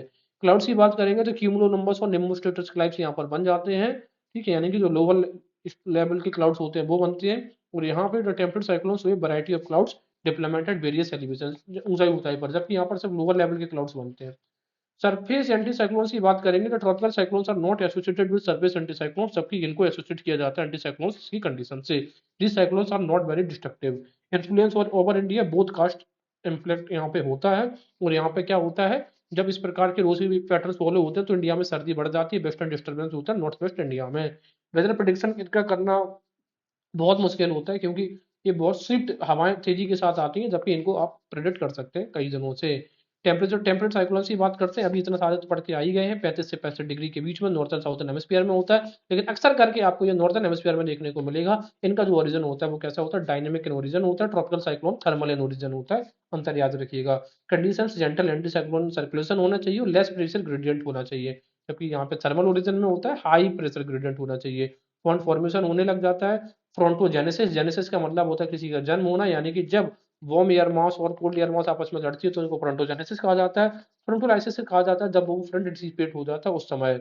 अक्सर कर से नॉर्थन हेमिस्फीयर में एंटी क्लॉकवाइज डायरेक्शन होता है और साउथर्न हेमिस्फीयर में क्लॉकवाइज डायरेक्शन होता है, ये सेम है। क्योंकि सेम क्यों है, क्योंकि कोरियोलिस फोर्स तो हर एक जगह पर सेम है, नॉर्थन हेमिस्फीयर में साउथर्न हेमिस्फीयर में, इसकी वजह से। एक होता है स्टेशनरी फ्रंट, जब वार्म एयर मास और ये कोल्ड एयर मास आपस में मतलब कुछ अभी एक दूसरे को पुश नहीं कर रहे हैं। कोल्ड फ्रंट जब होता है, जब कोल्ड एयर मास इसको पुश करने लगती है, ठीक है, तो ये क्या होता है, अपलिफ्टमेंट ऑफ वार्म एयर, जो वार्म एयर मास होती है अपलिफ्ट हो जाती है और यहाँ पर जो क्लाउड बनाते हैं उसका नाम होता है निम्बस क्यूमुलोनिम्बस क्लाउड्स, ठीक है। तो सीधी सी बात है, कोल्ड एयर मास अब्रप्टली मतलब अचानक से इसको एकदम सेलेंट हाइट की इस तरीके से ऊपर कर देती है, प्रोसेस अपलिफ्ट वार्म एयर, और शार्पर चेंजेस हमें देखने को मिलता है वेदर में, जहाँ पे कोल्ड फ्रंट होता है और टेम्परेचर एकदम ड्रॉप हो जाता है, वायलेंट वेदर कंडीशंस हो जाती है, कोल्ड फ्रंट मतलब अधिक तीव्रता हो जाती है कोल्ड फ्रंट के एरियाज में। वार्म फ्रंट में क्या होता है, कोल्ड एयर वार्म फ्रंट के ऊपर तो उठाती है एकदम अचानक से नहीं उठा देती है, धीरे धीरे करके उठाती है, एकदम स्लोप ग्रेडियंट स्लोप होता है। यहाँ पर मॉडरेट टू जेंटल प्रेसिपिटेशन होता है, यानी कि कोल्ड फ्रंट सबसे ज्यादा डेंजरस माना जाता है। अब याद रखना है, जो कोल्ड फ्रंट है यहाँ पर जो क्लाउड्स बनते हैं वो बनते हैं निम्बस है क्यूमुलो निम्बस क्लाउड्स, जबकि सीरो स्टेटस क्लाउड्स बनते हैं कहाँ पे, वार्म फ्रंट में। तो देखो, है तो क्यों बने हैं ये वार्म फ्रंट पे, क्योंकि उठा तो रही है कोल्ड एयर ही है, ठीक है। तो याद रखना, सीरो स्टेटस क्लाउड्स बनते हैं वार्म फ्रंट पे, कोल्ड एयर, और जो कोल्ड फ्रंट पे बनते हैं कौन सा, निम्बस या क्यूमुलो निम्बस क्लाउड्स। याद रखने का तरीका इनका कैसे आप रहेगा जरा बताते हैं। देखो, वार्म सीरो, वैसे याद रख लो कि जब फ्रंटल जेनेसिस की कंडीशंस आती है तो जैसे सीरो स्टेटस क्लाउड्स एकदम ठंडे क्लाउड होते हैं, इनके just opposite warm warm front पे बनते हैं ये। आगे बात करेंगे ऑक्लूडेड फ्रंट, यहीं पर जो ऑक्लूडेड फ्रंट होता है, कोल्ड एयर मास ओवरटेक कर जाती है वार्म एयर मास को, और कोल्ड एयर मास नीचे आ जाती है, वार्म एयर मास ऊपर चली जाती है, ये देख लो कोल्ड एयर मास नीचे है वार्म एयर मास ऊपर है, इसने पुश करके ये देखो ये ऊपर रह गई ये नीचे, वेदर हुई, आखिरी में कोल्ड एयर मॉस और कम्प्लेक्स वेदर फिनोमेना हमें कॉमन देखने को मिलता है वेस्टर्न यूरोप के अंदर। इसके अलावा इंडियन क्लाइमेट की तरह हम बात करते हैं। इंडियन क्लाइमेट में जनरली आप और ज़्यादा कुछ चीज़ें नहीं देखेंगे। एक तो देख लो आप ये पॉजिटिव ओशियन डाइपोल क्या होता है। एलिनो की कंडीशंस तो हमें पता है। एलिनो की जो ट्रेडिशनल एलिनो में क्या होता है जनरली, ये एरिया आप देख रहे हैं यहाँ पर नॉर्मली क्या रहता है, सॉरी पहले ला लीना जरा देख ले, ये देख लो पहले क्या लिखा है। Traditional El Nino which is characterized by strong anomalous warming in the eastern equatorial Pacific bay of Bengal faces many tropical cyclones. El Nino का मतलब क्या है जरा ये समझते हैं। ये है कंडीशन, पहले न्यूट्रल फेज जरा समझो। ये आपको ऑस्ट्रेलिया दिख रहा है और हमें पता है इस रीजन में पानी कैसा हो जाता है, गर्म होता है नॉर्मल। और ईस्टर्न जो पैसिफिक होता है वो ठंडा रहता है। तो जहाँ पे गर्म होगा यहाँ पर अच्छी खासी बारिश होती है, फिर ये इस तरीके की साइकिल चलता है, इसी को हम बोलते हैं वॉकर सेल। इसको क्या बोलते हैं, वॉकर सेल। ये न्यूट्रल कंडीशन है। यही कंडीशन एलिनो की जो, जब यही कंडीशन क्या है, जब ये हार्श बन जाती है, स्ट्रॉन्ग हो जाती है, स्ट्रॉन्ग विंड्स होने लग जाए, तो इसी को बोलते हैं लालीना। तो लालीना मतलब नॉर्मल कंडीशन है। जब बनती है कंडीशन एल नीनो की, लालीना मतलब स्ट्रॉन्ग कंडीशन से नॉर्मल में और एग्जेगरेटेड कर दिया गया है। लेकिन जब एल नीनो की कंडीशंस बनती है तो अपोजिट हो जाता है, वार्मर ओशियन आ जाता है ईस्टर्न पैसिफिक में और यहाँ पर ठंडा पानी, तो ज्यादातर वर्षा यहाँ पर होने लग जाती है। ये है लालीना और एलिना की कंडीशंस। अब जरा समझते हैं जो एल नीनो होता है, तो उस समय ईस्टर्न इक्वेटोरियल पैसिफिक पर देखो पानी गर्म हो गया ना यहाँ पर, और अब तक कैसे था यहाँ पर देखो पानी ठंडा था। तो अभी जब तक पानी यहाँ पर ठंडा होगा तो अब इंडिया में एल नीनो की कंडीशंस में यहाँ पर सूखा पड़ जाएगा और Bay of Bengal faces many tropical cyclones. कब, एल नीनो की कंडीशंस में, याद रखिएगा। जब एल नीनो होगा तो नॉर्मल, ये एल नीनो है normal condition, sorry opposite condition है। और जबकि एल नीनो मोडकी में, मोडोकी में क्या होता है, एल नीनो मोडकी में the central tropical Pacific ocean क्या हो जाता है, गर्म हो जाता है। इसकी वजह से अरेबियन सी को ज्यादा साइक्लोन फेस करने पड़ेंगे। एल नीनो में बंगाल ज्यादा फेस करेगा और मोडोकी में सेंट्रल ट्रॉपिकल पैसिफिक हो जाता है गर्म, और अरेबियन सी फेस करेगा ज्यादातर cyclone. Positive ocean Indian ocean dipole और नेगेटिव इंडियन ओशियन डाइपोल की अगर हम बात करेंगे, तो यहाँ पर देखो पॉजिटिव का मतलब है जो नॉर्मल कंडीशन है। तो नॉर्मल कंडीशन हमारी क्या है, ये अगर ये इंडियन ओशियन है तो इसका वेस्टर्न मार्जिन हमेशा गर्म रहेगा, ईस्टर्न मार्जिन हमेशा कैसा रहेगा, ठंडा रहेगा। ठीक है। लेकिन नेगेटिव इंडियन ओशियन डाइपोल में अपोजिट हो गया, ईस्टर्न मार्जिन इंडियन ओशियन का गर्म हो गया और वेस्टर्न क्या हो गया, ठंडा हो गया। ईस्टर्न जब ये नॉर्मल जो पॉजिटिव कंडीशन है, यानी कि नॉर्मल कंडीशन है, ये गुड रेनफॉल लाती है इंडिया में और अफ्रीकन कोस्ट लाइन में, क्योंकि हवा यहाँ से ये जो मेडागास्कर आइलैंड्स है यहाँ से मूव कर जाती है इंडिया की तरफ। ये प्लेट्यू है आपका, टिपिकल प्लेट्यू। ड्रॉट्स कंडीशन होती है इंडोनेशिया और ऑस्ट्रेलिया में, जहाँ पे अक्सर कर रही होती है। और साइक्लोन्स हमें तो जनरली देखने को मिलेगी इंडिया की ईस्टर्न कोस्ट पर देखने को मिलेगी, यानी कि यहाँ पर, यानी कि जो नॉर्मल कंडीशन है। अपोजिट कंडीशन अगर होगी तो हमें क्या देखने को मिलता है कि पॉसिबल ड्रॉट, अब जैसे नेगेटिव आईओडी हो गया तो यहाँ पे ठंडी वायु मास हो गया, तो यहाँ से हवा यहाँ पे जा नहीं पाएगी, तो इंडिया में ड्रॉट पैदा हो जाएगा और गुड रेनफॉल हमें ऑस्ट्रेलिया में देखने को मिलती है। तो अपोजिट कंडीशन है, बस सीधी सी बात ये है।